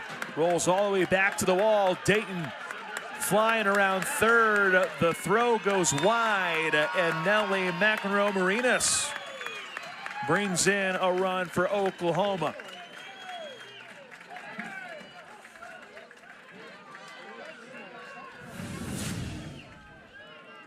that ball's just smoked. And then the throw from Epperson just went off the glove with a relay. Macaron-Marinas, I think, still would have been able to drive in that run just because of the wheels for Dayton.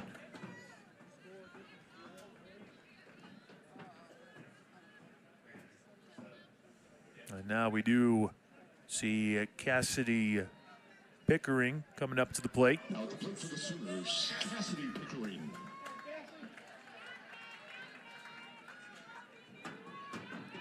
Our first 2 plate appearances, ending with walks, scored both times, and then in the third, had a 2-run homer.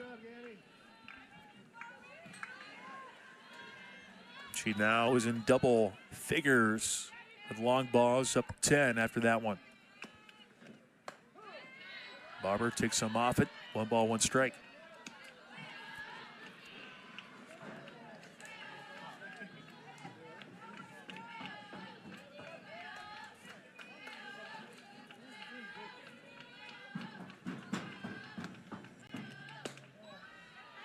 This one off the plate. Oklahoma with 15 runs. The most for the Sooners all season has been 17. And just based on how this game has gone, I wouldn't be surprised if we see some more runs get put on the board.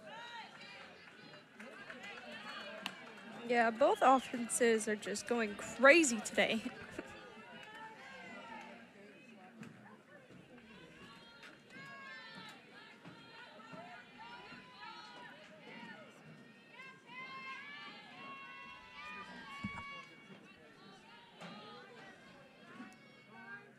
And now this is taking too long. A time was called, and they're actually going to reward the base for Pickering.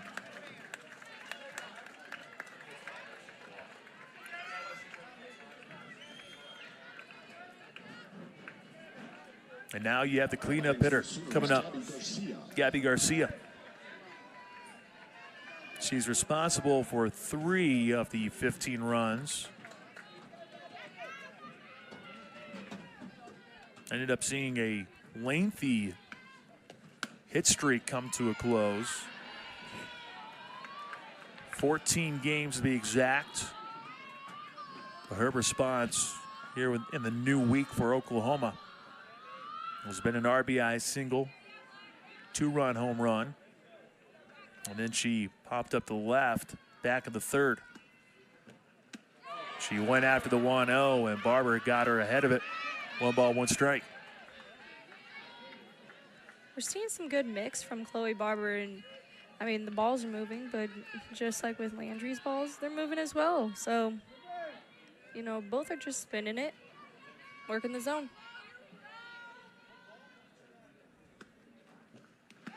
1-1. Scott tried to block it, but it does get away from her. That allows McEnroe Marinas to sprint on over to third, and Pickering heads on over to the second base. Well, we know Chloe Barber has always been capable of having the stuff. You take a look back at what she did last year. Boy, didn't she make quite the impact right away.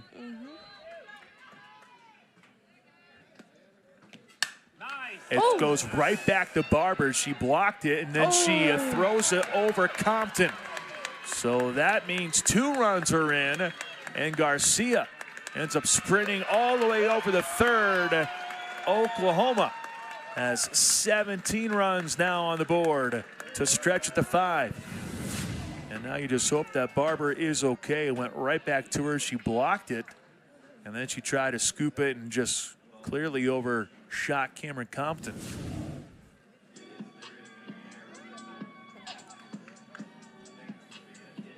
And she's getting checked out at the moment, shaking her head,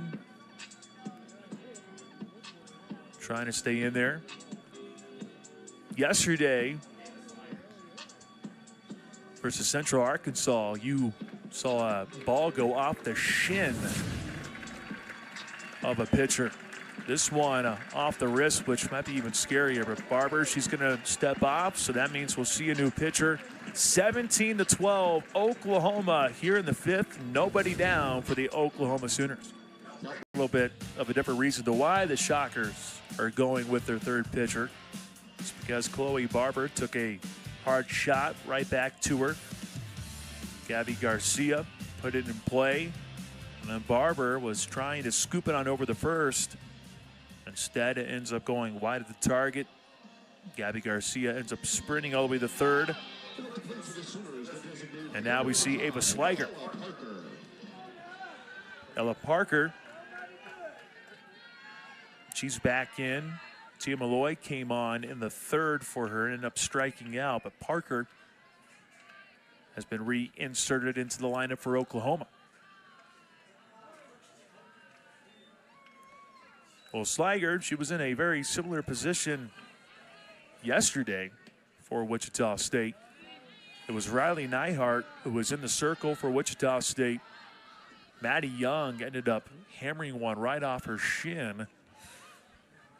Neihart then had to be replaced by Ava Sliger, and boy, did the freshman deal in relief. She ended up going 4 1/3, surrendered just 2 hits, had 2 Ks and 1 walk. 17-12 Oklahoma.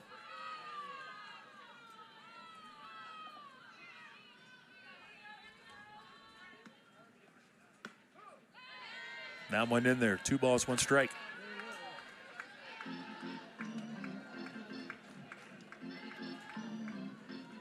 Before the appearance yesterday, Sliger against UTSA went 2 1/3. Our best game was against North Texas, where she went the distance, scattered 7 hits across those 7 innings, gave up 2 runs, And the best part, none of them were earned in that game for her.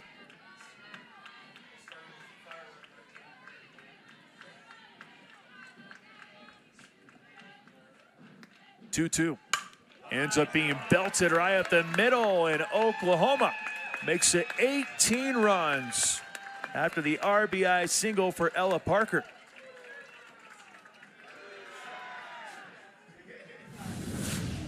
Oklahoma with those 18 runs, now a season best for the Sooners, surpassing the 17 earlier this month.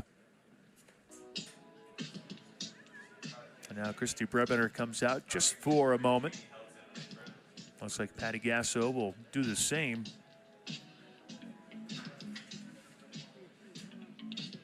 Barker still out there. Instead, a pinch runner for Oklahoma. Cheney Helton, freshman, getting in as we see more and more players be worked on here. What a game, 18-12. A slugfest here in Wichita.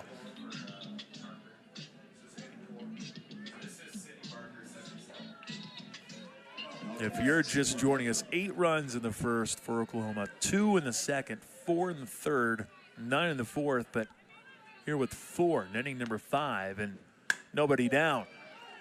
Nelson makes the play over at first. I think the argument being made is I fouled it off. At least that's according to Barker. Trying to say, hey, I hit it off my own leg. Cheetah went off her foot. The umpires come in to discuss a little bit more, but Sydney Barker's like, hey, hold on. And now they're going to go take a look. This is the best angle. Oh. Sure didn't. They did not hit the foot of Barker, at least on that angle. Yeah, I didn't see any contact, but you know, who am I to say? Well, we've had some that are close, but this one sure looks like it didn't hit her. And if it did, it would have just been really just a little, like maybe a grazing there. But there you go, take a look. Maybe allowing fans to catch their breath a little bit as they see 30 combined runs on the board. And coming up after this, some fireworks for the fans that made the trek out this way. But who knows what we're going to see? We still have a couple more innings left. Yes, we do. Unless Oklahoma, of course, is able to get a couple more and then hold Wichita State scoreless in the bottom of the 5th. But that's unlikely to happen just based on what we've seen at this point, because the Shockers scored 2 in the first, 1 in the second, 6 in the third, and then 3 in the fourth. Chelsea Clark, Jonathan Dewhurst are the ones taking a look at it. And it ends up being confirmed. It is confirmed The batter is out.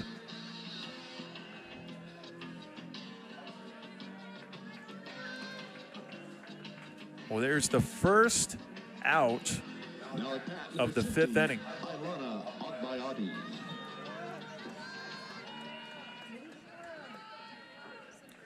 Agbayani now at the plate for Oklahoma. Runner in scoring position at second base. Keep in mind that's Helton who checked in. Agbayani singled in the first, flew out to third, walked in the fourth. Ended up trying to lay this one down, and ended up having to come back for a moment.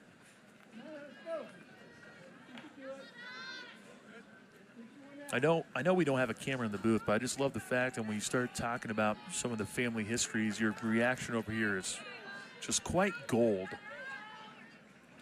I Because don't when understand how they talking can all about be athletes. when talking about the family, For Agbayani, pretty impressive. Now she goes to the left, but ends up slicing into the glove of Eck. Good play by the left fielder, 2 down. That was probably tougher than what you realize. Lefty slice, it's dangerous out there. Let me Eck tell you. almost overcommitted. Good thing she stopped. Well, you got a little bit of wind out there, so you know that could also play a factor as well. Well, it doesn't compared to what we saw last time there was a series here. Of course, the game yesterday in Central Arkansas, it was picture perfect. You couldn't ask for anything better. But against North Texas, ooh, the wind changed directions about 18 times over the course of 3 days. I thought I was gonna get blown over going out to my vehicle. I mean, I'm only about 5 feet tall, and I was like, it's gonna take me. I don't really know what to do. Well, you're not the 6'7" person where the trees just kind of, bend because of the wind. No, you're at least compact, closer to the ground, so you could probably handle it a little bit better. But no win necessary here today for the home runs that we have seen. 4 for Wichita State, and for Oklahoma, the Sooners have been able to pound 3 over the wall as well. So 7 home runs here in this one. 7's a good number. Isabella Emmerling got a hold of that one, but that ends up going foul. She's got pop. We saw it on display in the third when she kicked off the third frame. Ended up smashing one that was a no-doubter back then. Sitting with 9 home runs on the season. We've already seen one Sooner get into the double figures today. That's a good shot of doing that. 2-1 count. And if she's able to get a hold of one, that would make it 20 runs for Oklahoma. I don't know if it's just me, but it looks like they're gonna intentionally walk her. Well, Slager went well outside, so you might be on to something. And you would be correct. Of course, I would never doubt you. You would be correct. Don't give me too much credit. Maya Bland, she's had a good day today for Oklahoma. And that's probably why Wichita State chose to go ahead and walk Emmerling, because you have Bland, who came into today's game with a batting average of 118. But don't sleep on her. Her first plate appearance was a 2 RBI single. And then she added to the hit total in the third frame. You can hear Oklahoma fans not enjoying that call. It's an 0-2 count in favor of Slager.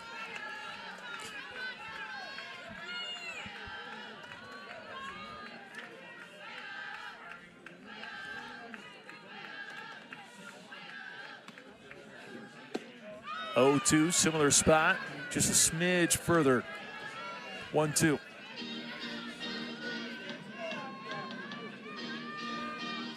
In case you're wondering what the all-time record is for Oklahoma for runs, they still have a little ways to go. 35 is the record for Oklahoma. And they have a shot to make it 19, although they halt the runner at third. Bland, though, make it a 3-hit day for the number 9 hitter. 3 for 3.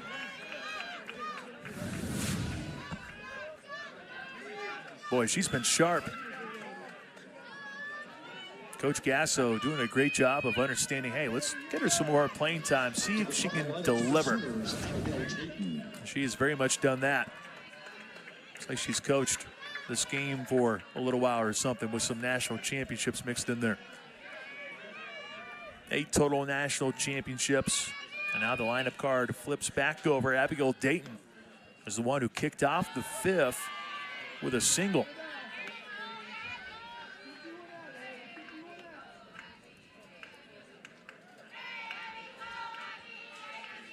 Bases are loaded for Oklahoma. And Abigail Dayton puts it in play. Hood does not get it over there in time. And Oklahoma keeps it rolling. Bases loaded as Dayton is able to get that one in play, making it tough for Hood, but Hood gets credited with the error.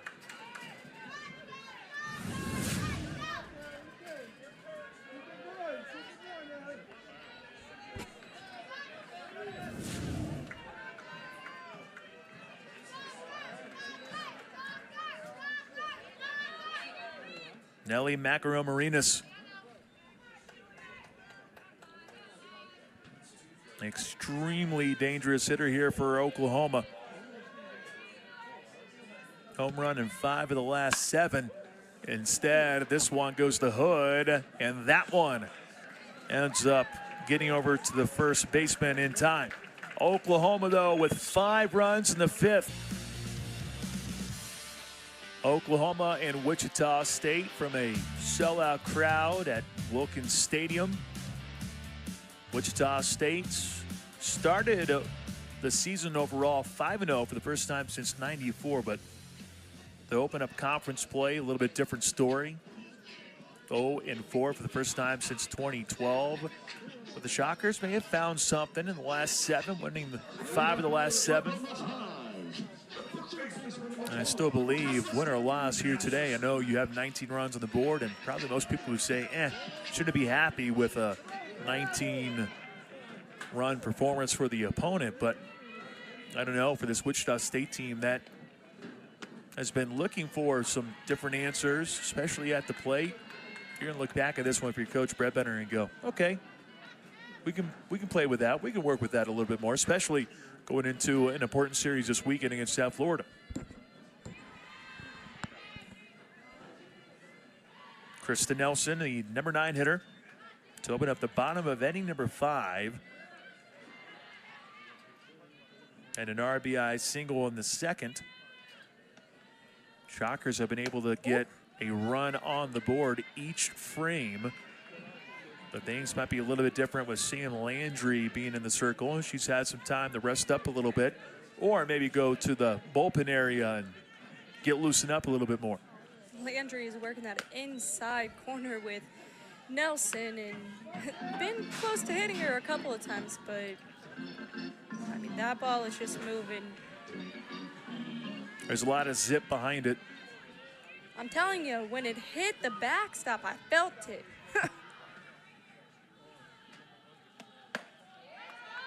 Well, here she is, unable to find the plate on any of those pitches. So Kristen Nelson takes a spot over at first, following the walk.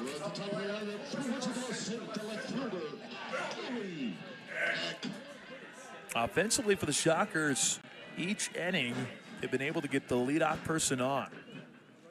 To open up the bottom of the first, Ellie Eck went yard.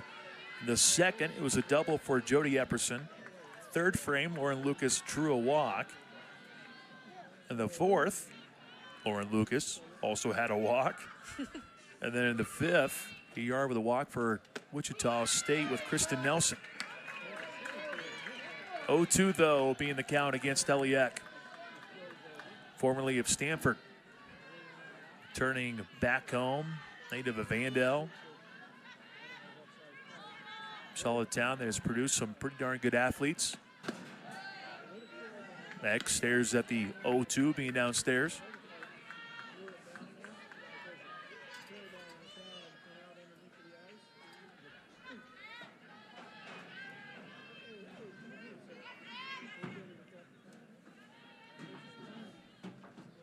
Landry slings it by Eck. And for the 3rd time, Ellie Eck goes down via the gate. That was such a nasty pitch. You just see the drop on that.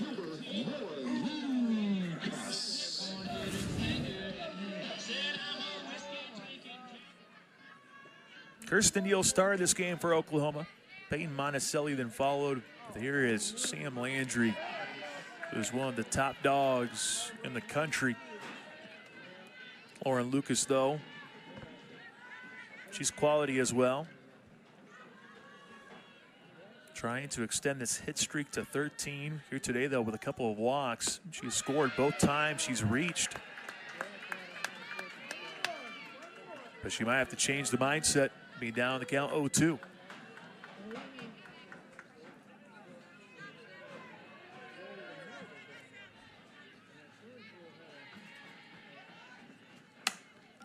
Going opposite field, Lucas finds a way to bloop it in. And Lauren Lucas extends that hitting streak now to 13 consecutive games. Might not have been a crazy hit, but man, it got down. Her reaction probably tells the story a little bit, and that is, oh, okay, I guess I'll take it. I don't think she was too pleased with herself, but with the Shockers getting that hit, they are now in double digits with 10. Brooklyn Levonic still searching for that first hit. A couple of grounders, walked in the fourth frame. Her and Lauren Lucas in the fifth frame yesterday against Central Arkansas. Lucas was 0 for 2, then had an RBI double to make it 12 consecutive games with a hit. Then Levonic 0 for 2 in the fifth, then had a 2 RBI double. Levonic chops this one foul. It's 1-2.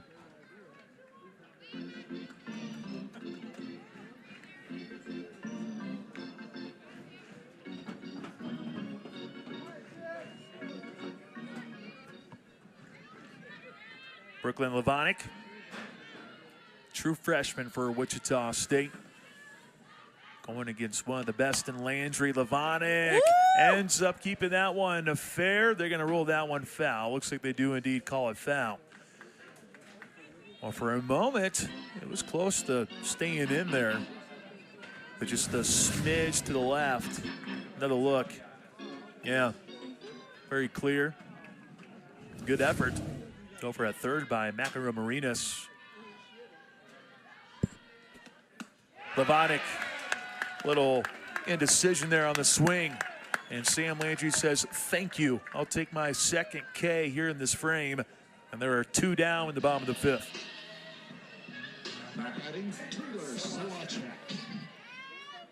Levonic was trying to decide what pitch do I sit on, and that time ended up costing her. But here is Solacek. That is a moonshot right off the top of the scoreboard. Taylor Solacek with her second home run for the night. Here I am again. Shocker speechless. Here we go. I mean, it hit the top of the board.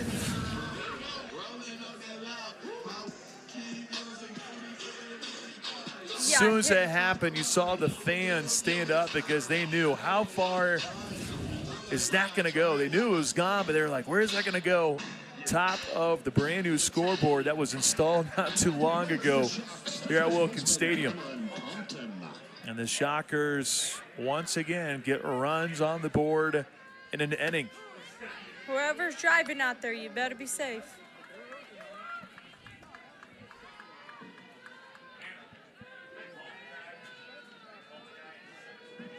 Five home runs for Wichita State, 2 for Solacek.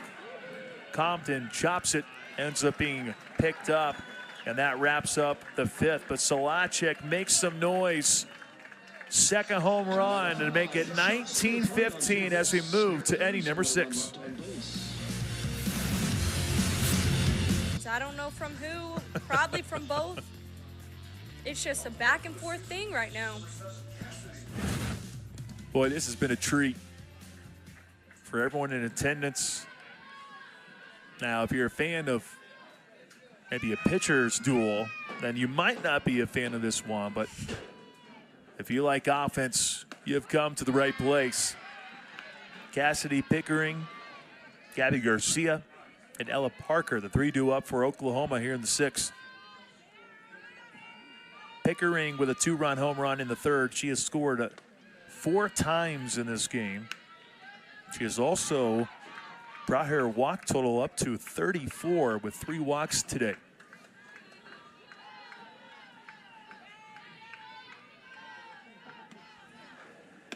And while it has been about the long ball here today, you also have to take a look at a lot of those walks that have been able to be drawn by both teams. That was really the standard for Oklahoma that we knew about coming in, leading the nation in walks with 169. But for Wichita State, they've done a solid job at that as well. And Pickering with a chance to make a walk number 4 today.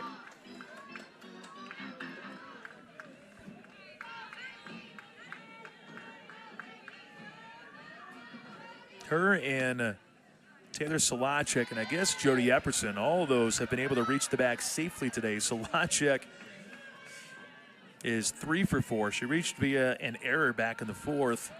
Jody Epperson's 3 for 3. But for Oklahoma, here is Cassidy Pickering.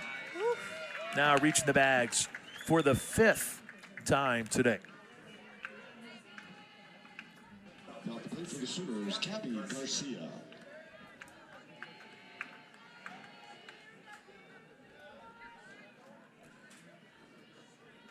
Gabby Garcia. She was the one that hit the ball right back to the pitcher at the time for Wichita State and Chloe Barber. She had to be taken off. Hard hit ball. Chance for one at second. There's one there, but no chance at one over at first. But you'll take that one over at second base as Garcia reaches on a fielder's choice. It's always ideal to get the lead runner, so works out pretty well. Now here I was assuming Ella Parker would be the one coming up for Oklahoma. How dare I assume that, because we see Corey Hicks, a freshman from San Jose, California. Now back for the Sooners, number 99, Corey Hicks. One of 9 freshmen for this Oklahoma team.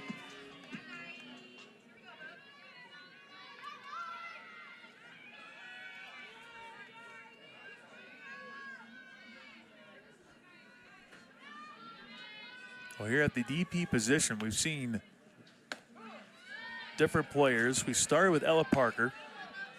Tia Malloy came in the 3rd, struck out. Ella Parker came back in the 5th, had an RBI single. And now here we see Corey Hicks.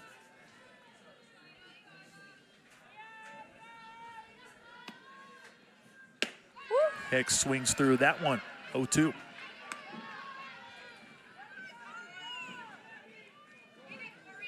This is her 12th appearance this season. At bat number 10, she only has 1 hit. But a chance to get some playing time here for Oklahoma. And she stays alive by fouling that one off. Talked about how all these Oklahoma players have some sort of connection to other collegiate players. Well, her sister, Jamie, plays softball at Fresno State. It just keeps on coming. And her dad played basketball at Oregon, actually. Served as a captain as a senior. They're all just stars. That's all I can say right now. Oh, good block. 0-2. Scott blocked it. Can she Ooh. zip it over in time? It actually deflects off the runner, and that allows Gabby Garcia to get 2. Original plan just to get 1, but hey, she'll take an extra bag for Oklahoma.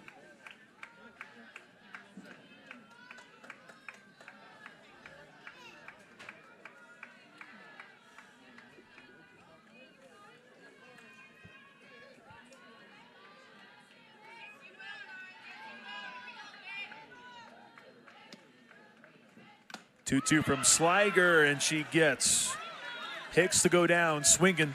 2 down in the top of the 6th.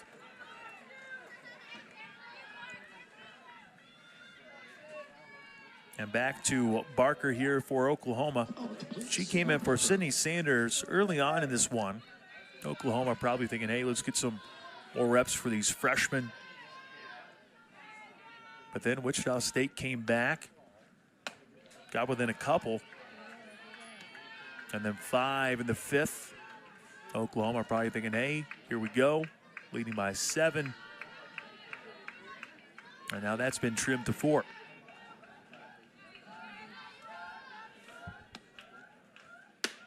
Good pitch. Good eye for Barker, though. This is the only spot in the lineup that has failed to be able to get on the bags for Oklahoma today. A combined 0 for 4 for the number 6 spot. Although that could change as Slager deals and misses once again.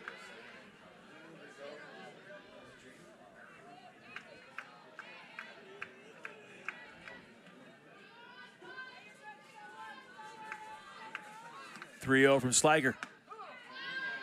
Barker taking that one the entire way.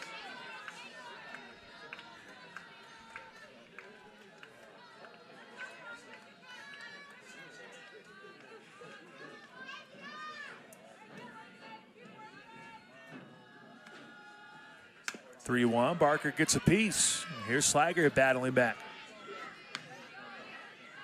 Barker this year, in her first season of collegiate softball, .324 batting average. This is her 25th appearance on the year, has 11 hits on the season. 4 of them being home runs. So she's got some pop, but this one could be trouble, but it's Eck who comes in to haul it in. And Oklahoma is scoreless in the 6th. However, Sooners still on top, 19-15 as we move to the bottom. Well, a quiet top half of the 6th. Have we officially run out of fireworks? Guess we're going to find out with Wichita State's coming to the plate. It's been a great one from Wichita. It's also been a great day for Jody Epperson for Wichita State, who is 3 for 3. Doubled to start things off in the 2nd. Singled in the 3rd, and then had a 2 RBI single in inning number 4. Landry staying in there for Oklahoma. In case you're wondering, for Oklahoma, the Sooners, 19 runs. It's the most since they put 22 on the board. Tough play for the third baseman, McEnroe Marinas. And there's Epperson, who legs it out. A 4-hit day for Jody Epperson. And against the OU, what an impressive feat.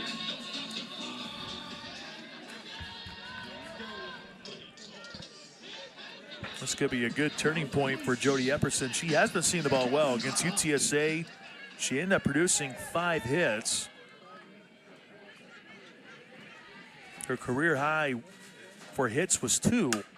And now she's double that. Get down. And now Gabby Scott says, hello, let me go ahead and get a hit myself. And then Epperson with the bobble in right. That allows Epperson to race over the 3rd.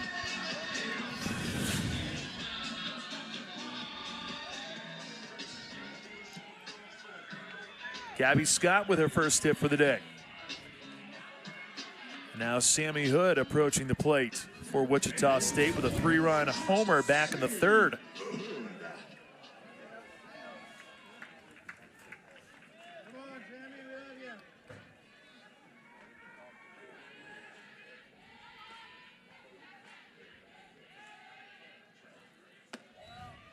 Sammy Hood 1 for 3.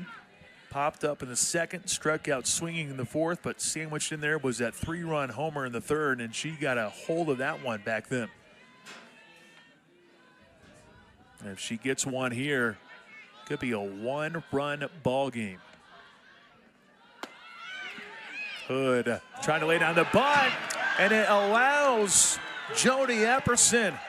She was in the middle of 2 players for Oklahoma. Thought that would have been a mistake, but instead, Wichita State gets the run off the error.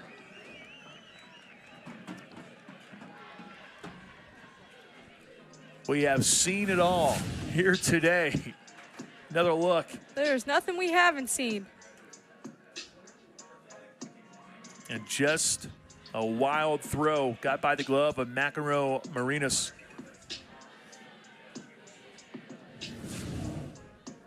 And we're back to a 3-run ball game. It's a dogfight out there. They can't see me, but I got a shirt with dogs on it because you know what? You got to bring the dog out today. So this is all your fault, is what I'm hearing. Hey, this is a good game. 16 runs. That's a season best for Wichita State. The previous high was 15 against Bowling Green and a 15-4 win. Here's one down the left field line. For sure would have been gone if it was just a little bit to the right. Instead, Sammy Hood comes back to try to battle back after what would have been a homer.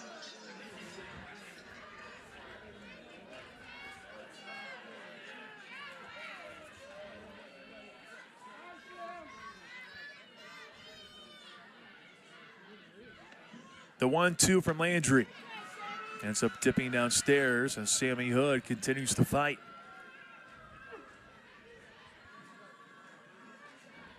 "35 combined runs, 29 combined hits, and now 6 combined errors." And here's Landry getting Sammy Hood the strikeout. Great recovery for the hurler for Oklahoma to generate the first out in the bottom of the 6th.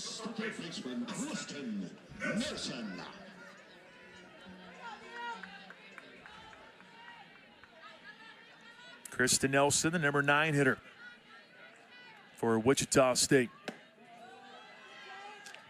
RBI single in the second, grounded out to second in the third, walked in the 5th frame.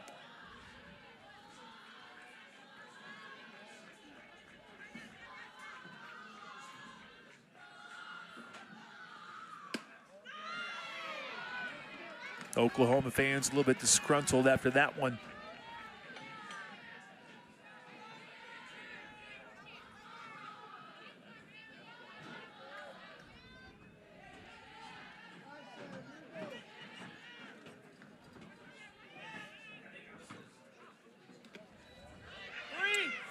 Thinking about taking off there at second was the freshman Scott.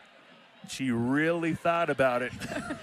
But she is able to retreat in time for Wichita State. Not good to hesitate against a defense like Oklahoma. So, you know, you got to be careful with that stuff. And now Oklahoma probably just wants to calm the waters for a little bit. I want to say rattled because it's still a 3-run lead for Oklahoma, but this Wichita State team has just shown an incredible amount of fight. 16 runs for Wichita State's the most since the Shockers put 17 on the board against Tulsa back in 2023. Of course, if the Shockers were to score a few more, well, last time the Shockers reached 20 would have been against Memphis on April 6th in the same season. We talked about how there was one game against Oklahoma, which you guys lost 24-7. I bet you different vibe when it was 20-0 in your favor a couple years back in 2023. Yes, very different. Probably a happy trip back to Wichita. Shockers back then in 2023 went 44-12, which was an amazing season. That was a good year. Ended up going to the regional, played Nebraska, ended up winning 6-5. And then played Oklahoma State down in Stillwater, lost 6-0, and then a heartbreaker, 9-8 and 9. 4-pitch walk as Nelson draws it, although maybe Landry was instructed to maybe not try to battle back and just to turn to the new hitter. And Eliak, as good of a day it was to at least to start with a solo home run, and she has struck out 3 times since. And Landry starts her off with a strike. But if Eck can go yard once again, we'll be knotted up at 19, which I did not expect to say going into this one here today. Both offenses have brought it. And Landry really bringing it now, getting the outside corner.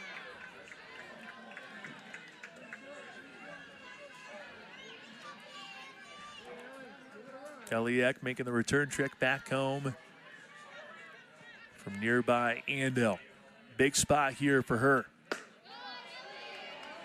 Loud pop that time for Landry.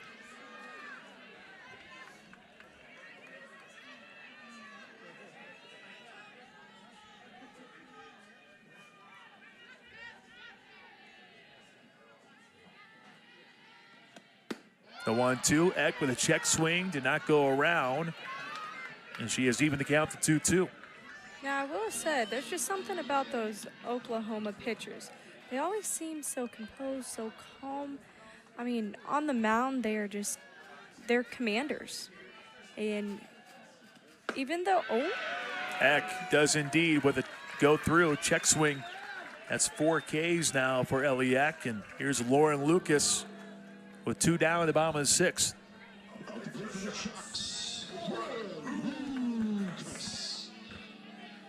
I know that's when I was saying calm the waters. I don't think you have to worry about that probably with this Oklahoma team.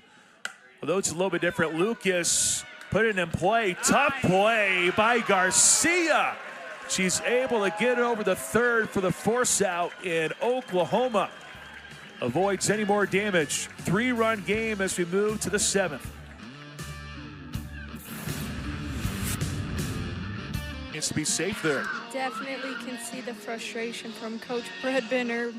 Obviously, with a game like this, probably should be sliding in that situation. Well, those are the freshman moments that you're going to take. You're going to ride and die with the freshmen. Just unfortunate in that situation for Wichita State not to do that. But hey, Garcia might have been able to still get the out anyways, just how good of a player that she is. Oklahoma kicking out the 7th with a bunt. Tough play, and they're going to say Agbayani is safe. That was a tough one there, showing the speed, but I bet Christy Bremer will take a look. And it sure looked like there was some separation. Just a little bit. Looks like they're not going to go look at it. And they're going to rule that as an error. And not as a hit for Oklahoma. That's the 4th one. This is Isabella Emmerling. She had a home run back in the 3rd. RBI single in the 1st. Flew out to center in the 4th, and the 5th walked.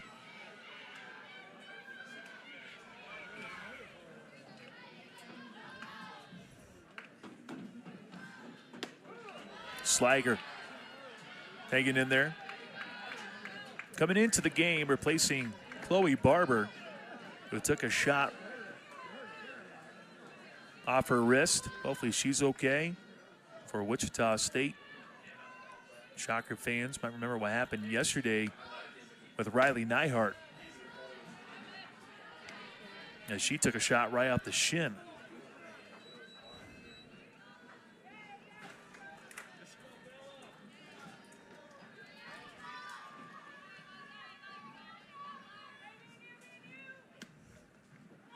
Runner goes. This one fouled by Emmerling.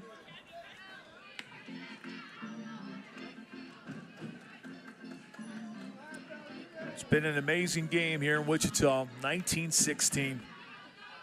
It's been a marathon. First pitch taking place at 6 o'clock, and here we are getting ready for 9 here at Wichita. It's been a long one, but it's been fun. It's been worth it, though. That record-breaking crowd has to be loving every second. Now, I know there have been some in right field that have moved away from the bleachers, but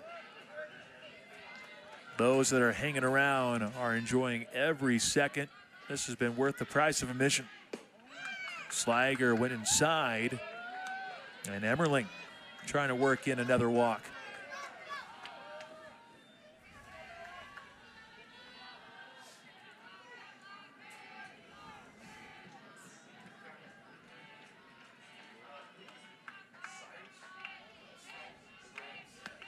Three-two. Runner goes. No chance at 2. Hood still makes a good play. Runner goes for third. And it ends up being a little bit short. Agbayani sprints over to third. Emmerling at least put it in play to allow her to advance to third, but there is one down here in the 7th. That was a tough play by Sammy Hood to be able to catch it that low and to be able to deal it over the first. And give credit to Compton for trying to return the favor by whipping it over the third, just unable to get it there in time. That's why Sammy's nickname is Sammy Smooth. Because, I mean, she's a great defensive player. Conference Defensive Player of the Year not too long ago. Maya Bland, what a day for her. Number 9 hitter, 3 for 4, 2 RBI back in the first, singled in the third, singled in the 5th. She's been dialed in, trying to make the most out of this opportunity.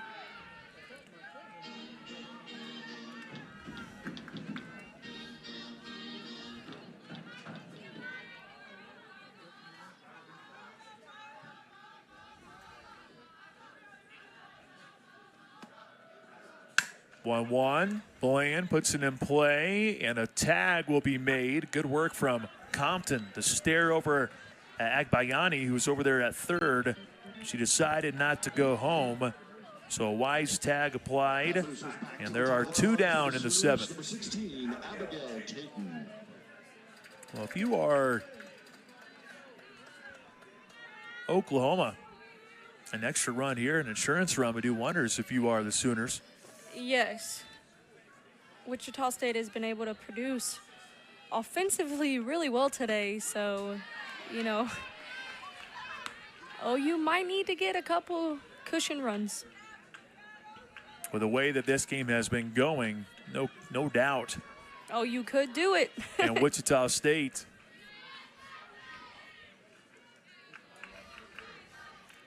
has been able to score in every inning, which is why, if you're a Shocker fan, you're hanging on to that hope. Dayton's turn at the plate. It's 1-1.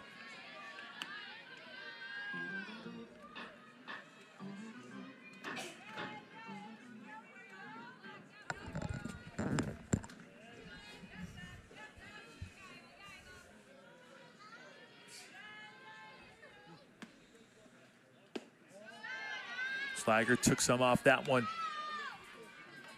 2 balls, 1 strike.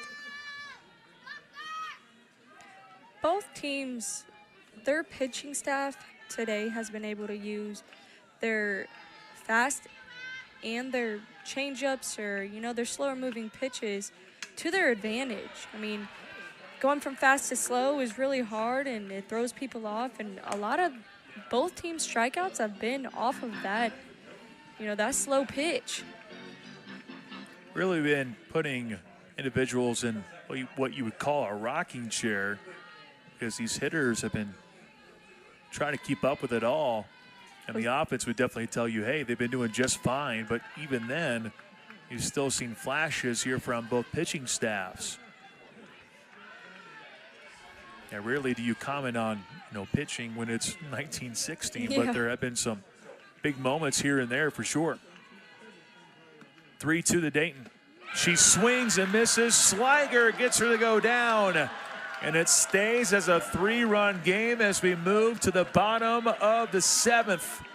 1916 Oklahoma. Go, bottom of the 7th. Oklahoma, Wichita State, 1916.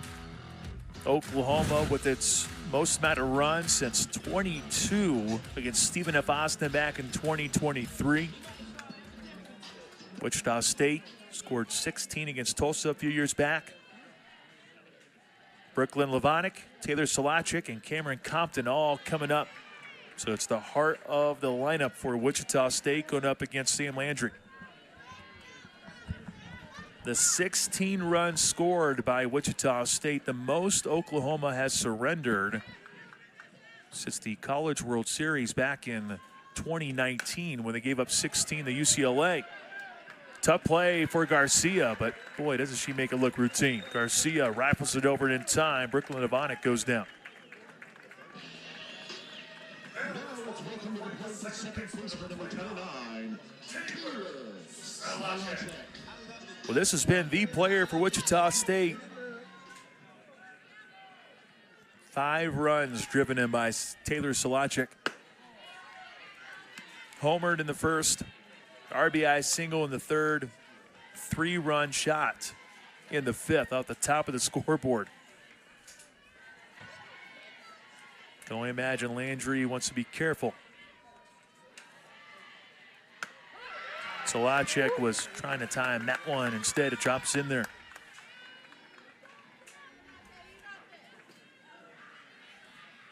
Landry is so good at not changing her motion whenever she's using her off-speed pitches, and it's really effective. 1-1, line foul. This is the 5th time Solacek has logged 3 hits in a game. Last time she did it was against UAB last season. Last year she had 2 home runs against Charlotte, and the 5 RBI also coming against the 49ers last year. 1-2, Solacek off the end of the bat. 2 down in the 7th.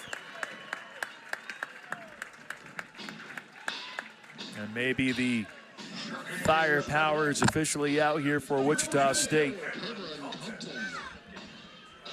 But Cam Compton, she can change things with one swing with her bat. She's 1 for 4 tonight. Had a 2-run shot back in the 3rd.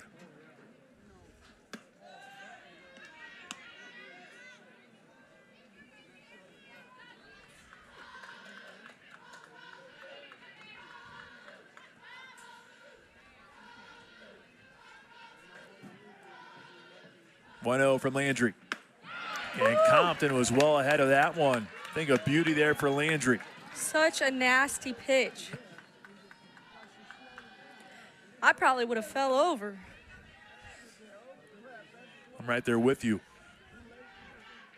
Would have swung out of my shoes for sure. The 1-1 though. And she keeps it alive. Compton singles to center field. Compton's second hit keeps Wichita State alive. And as good of a day as it's been for Taylor Solacek, maybe even Cameron Compton, Jody Epperson has been fantastic. 4 for 4 with 3 singles and a double. She's driven in 2 and has scored 3 times as he chases the first one and fouls it off.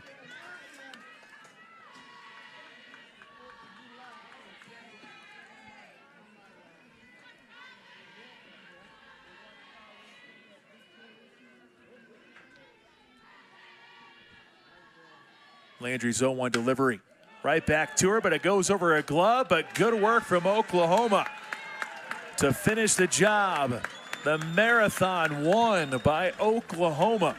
19-16 the final. And we'll recap it all when we return to Wichita after this.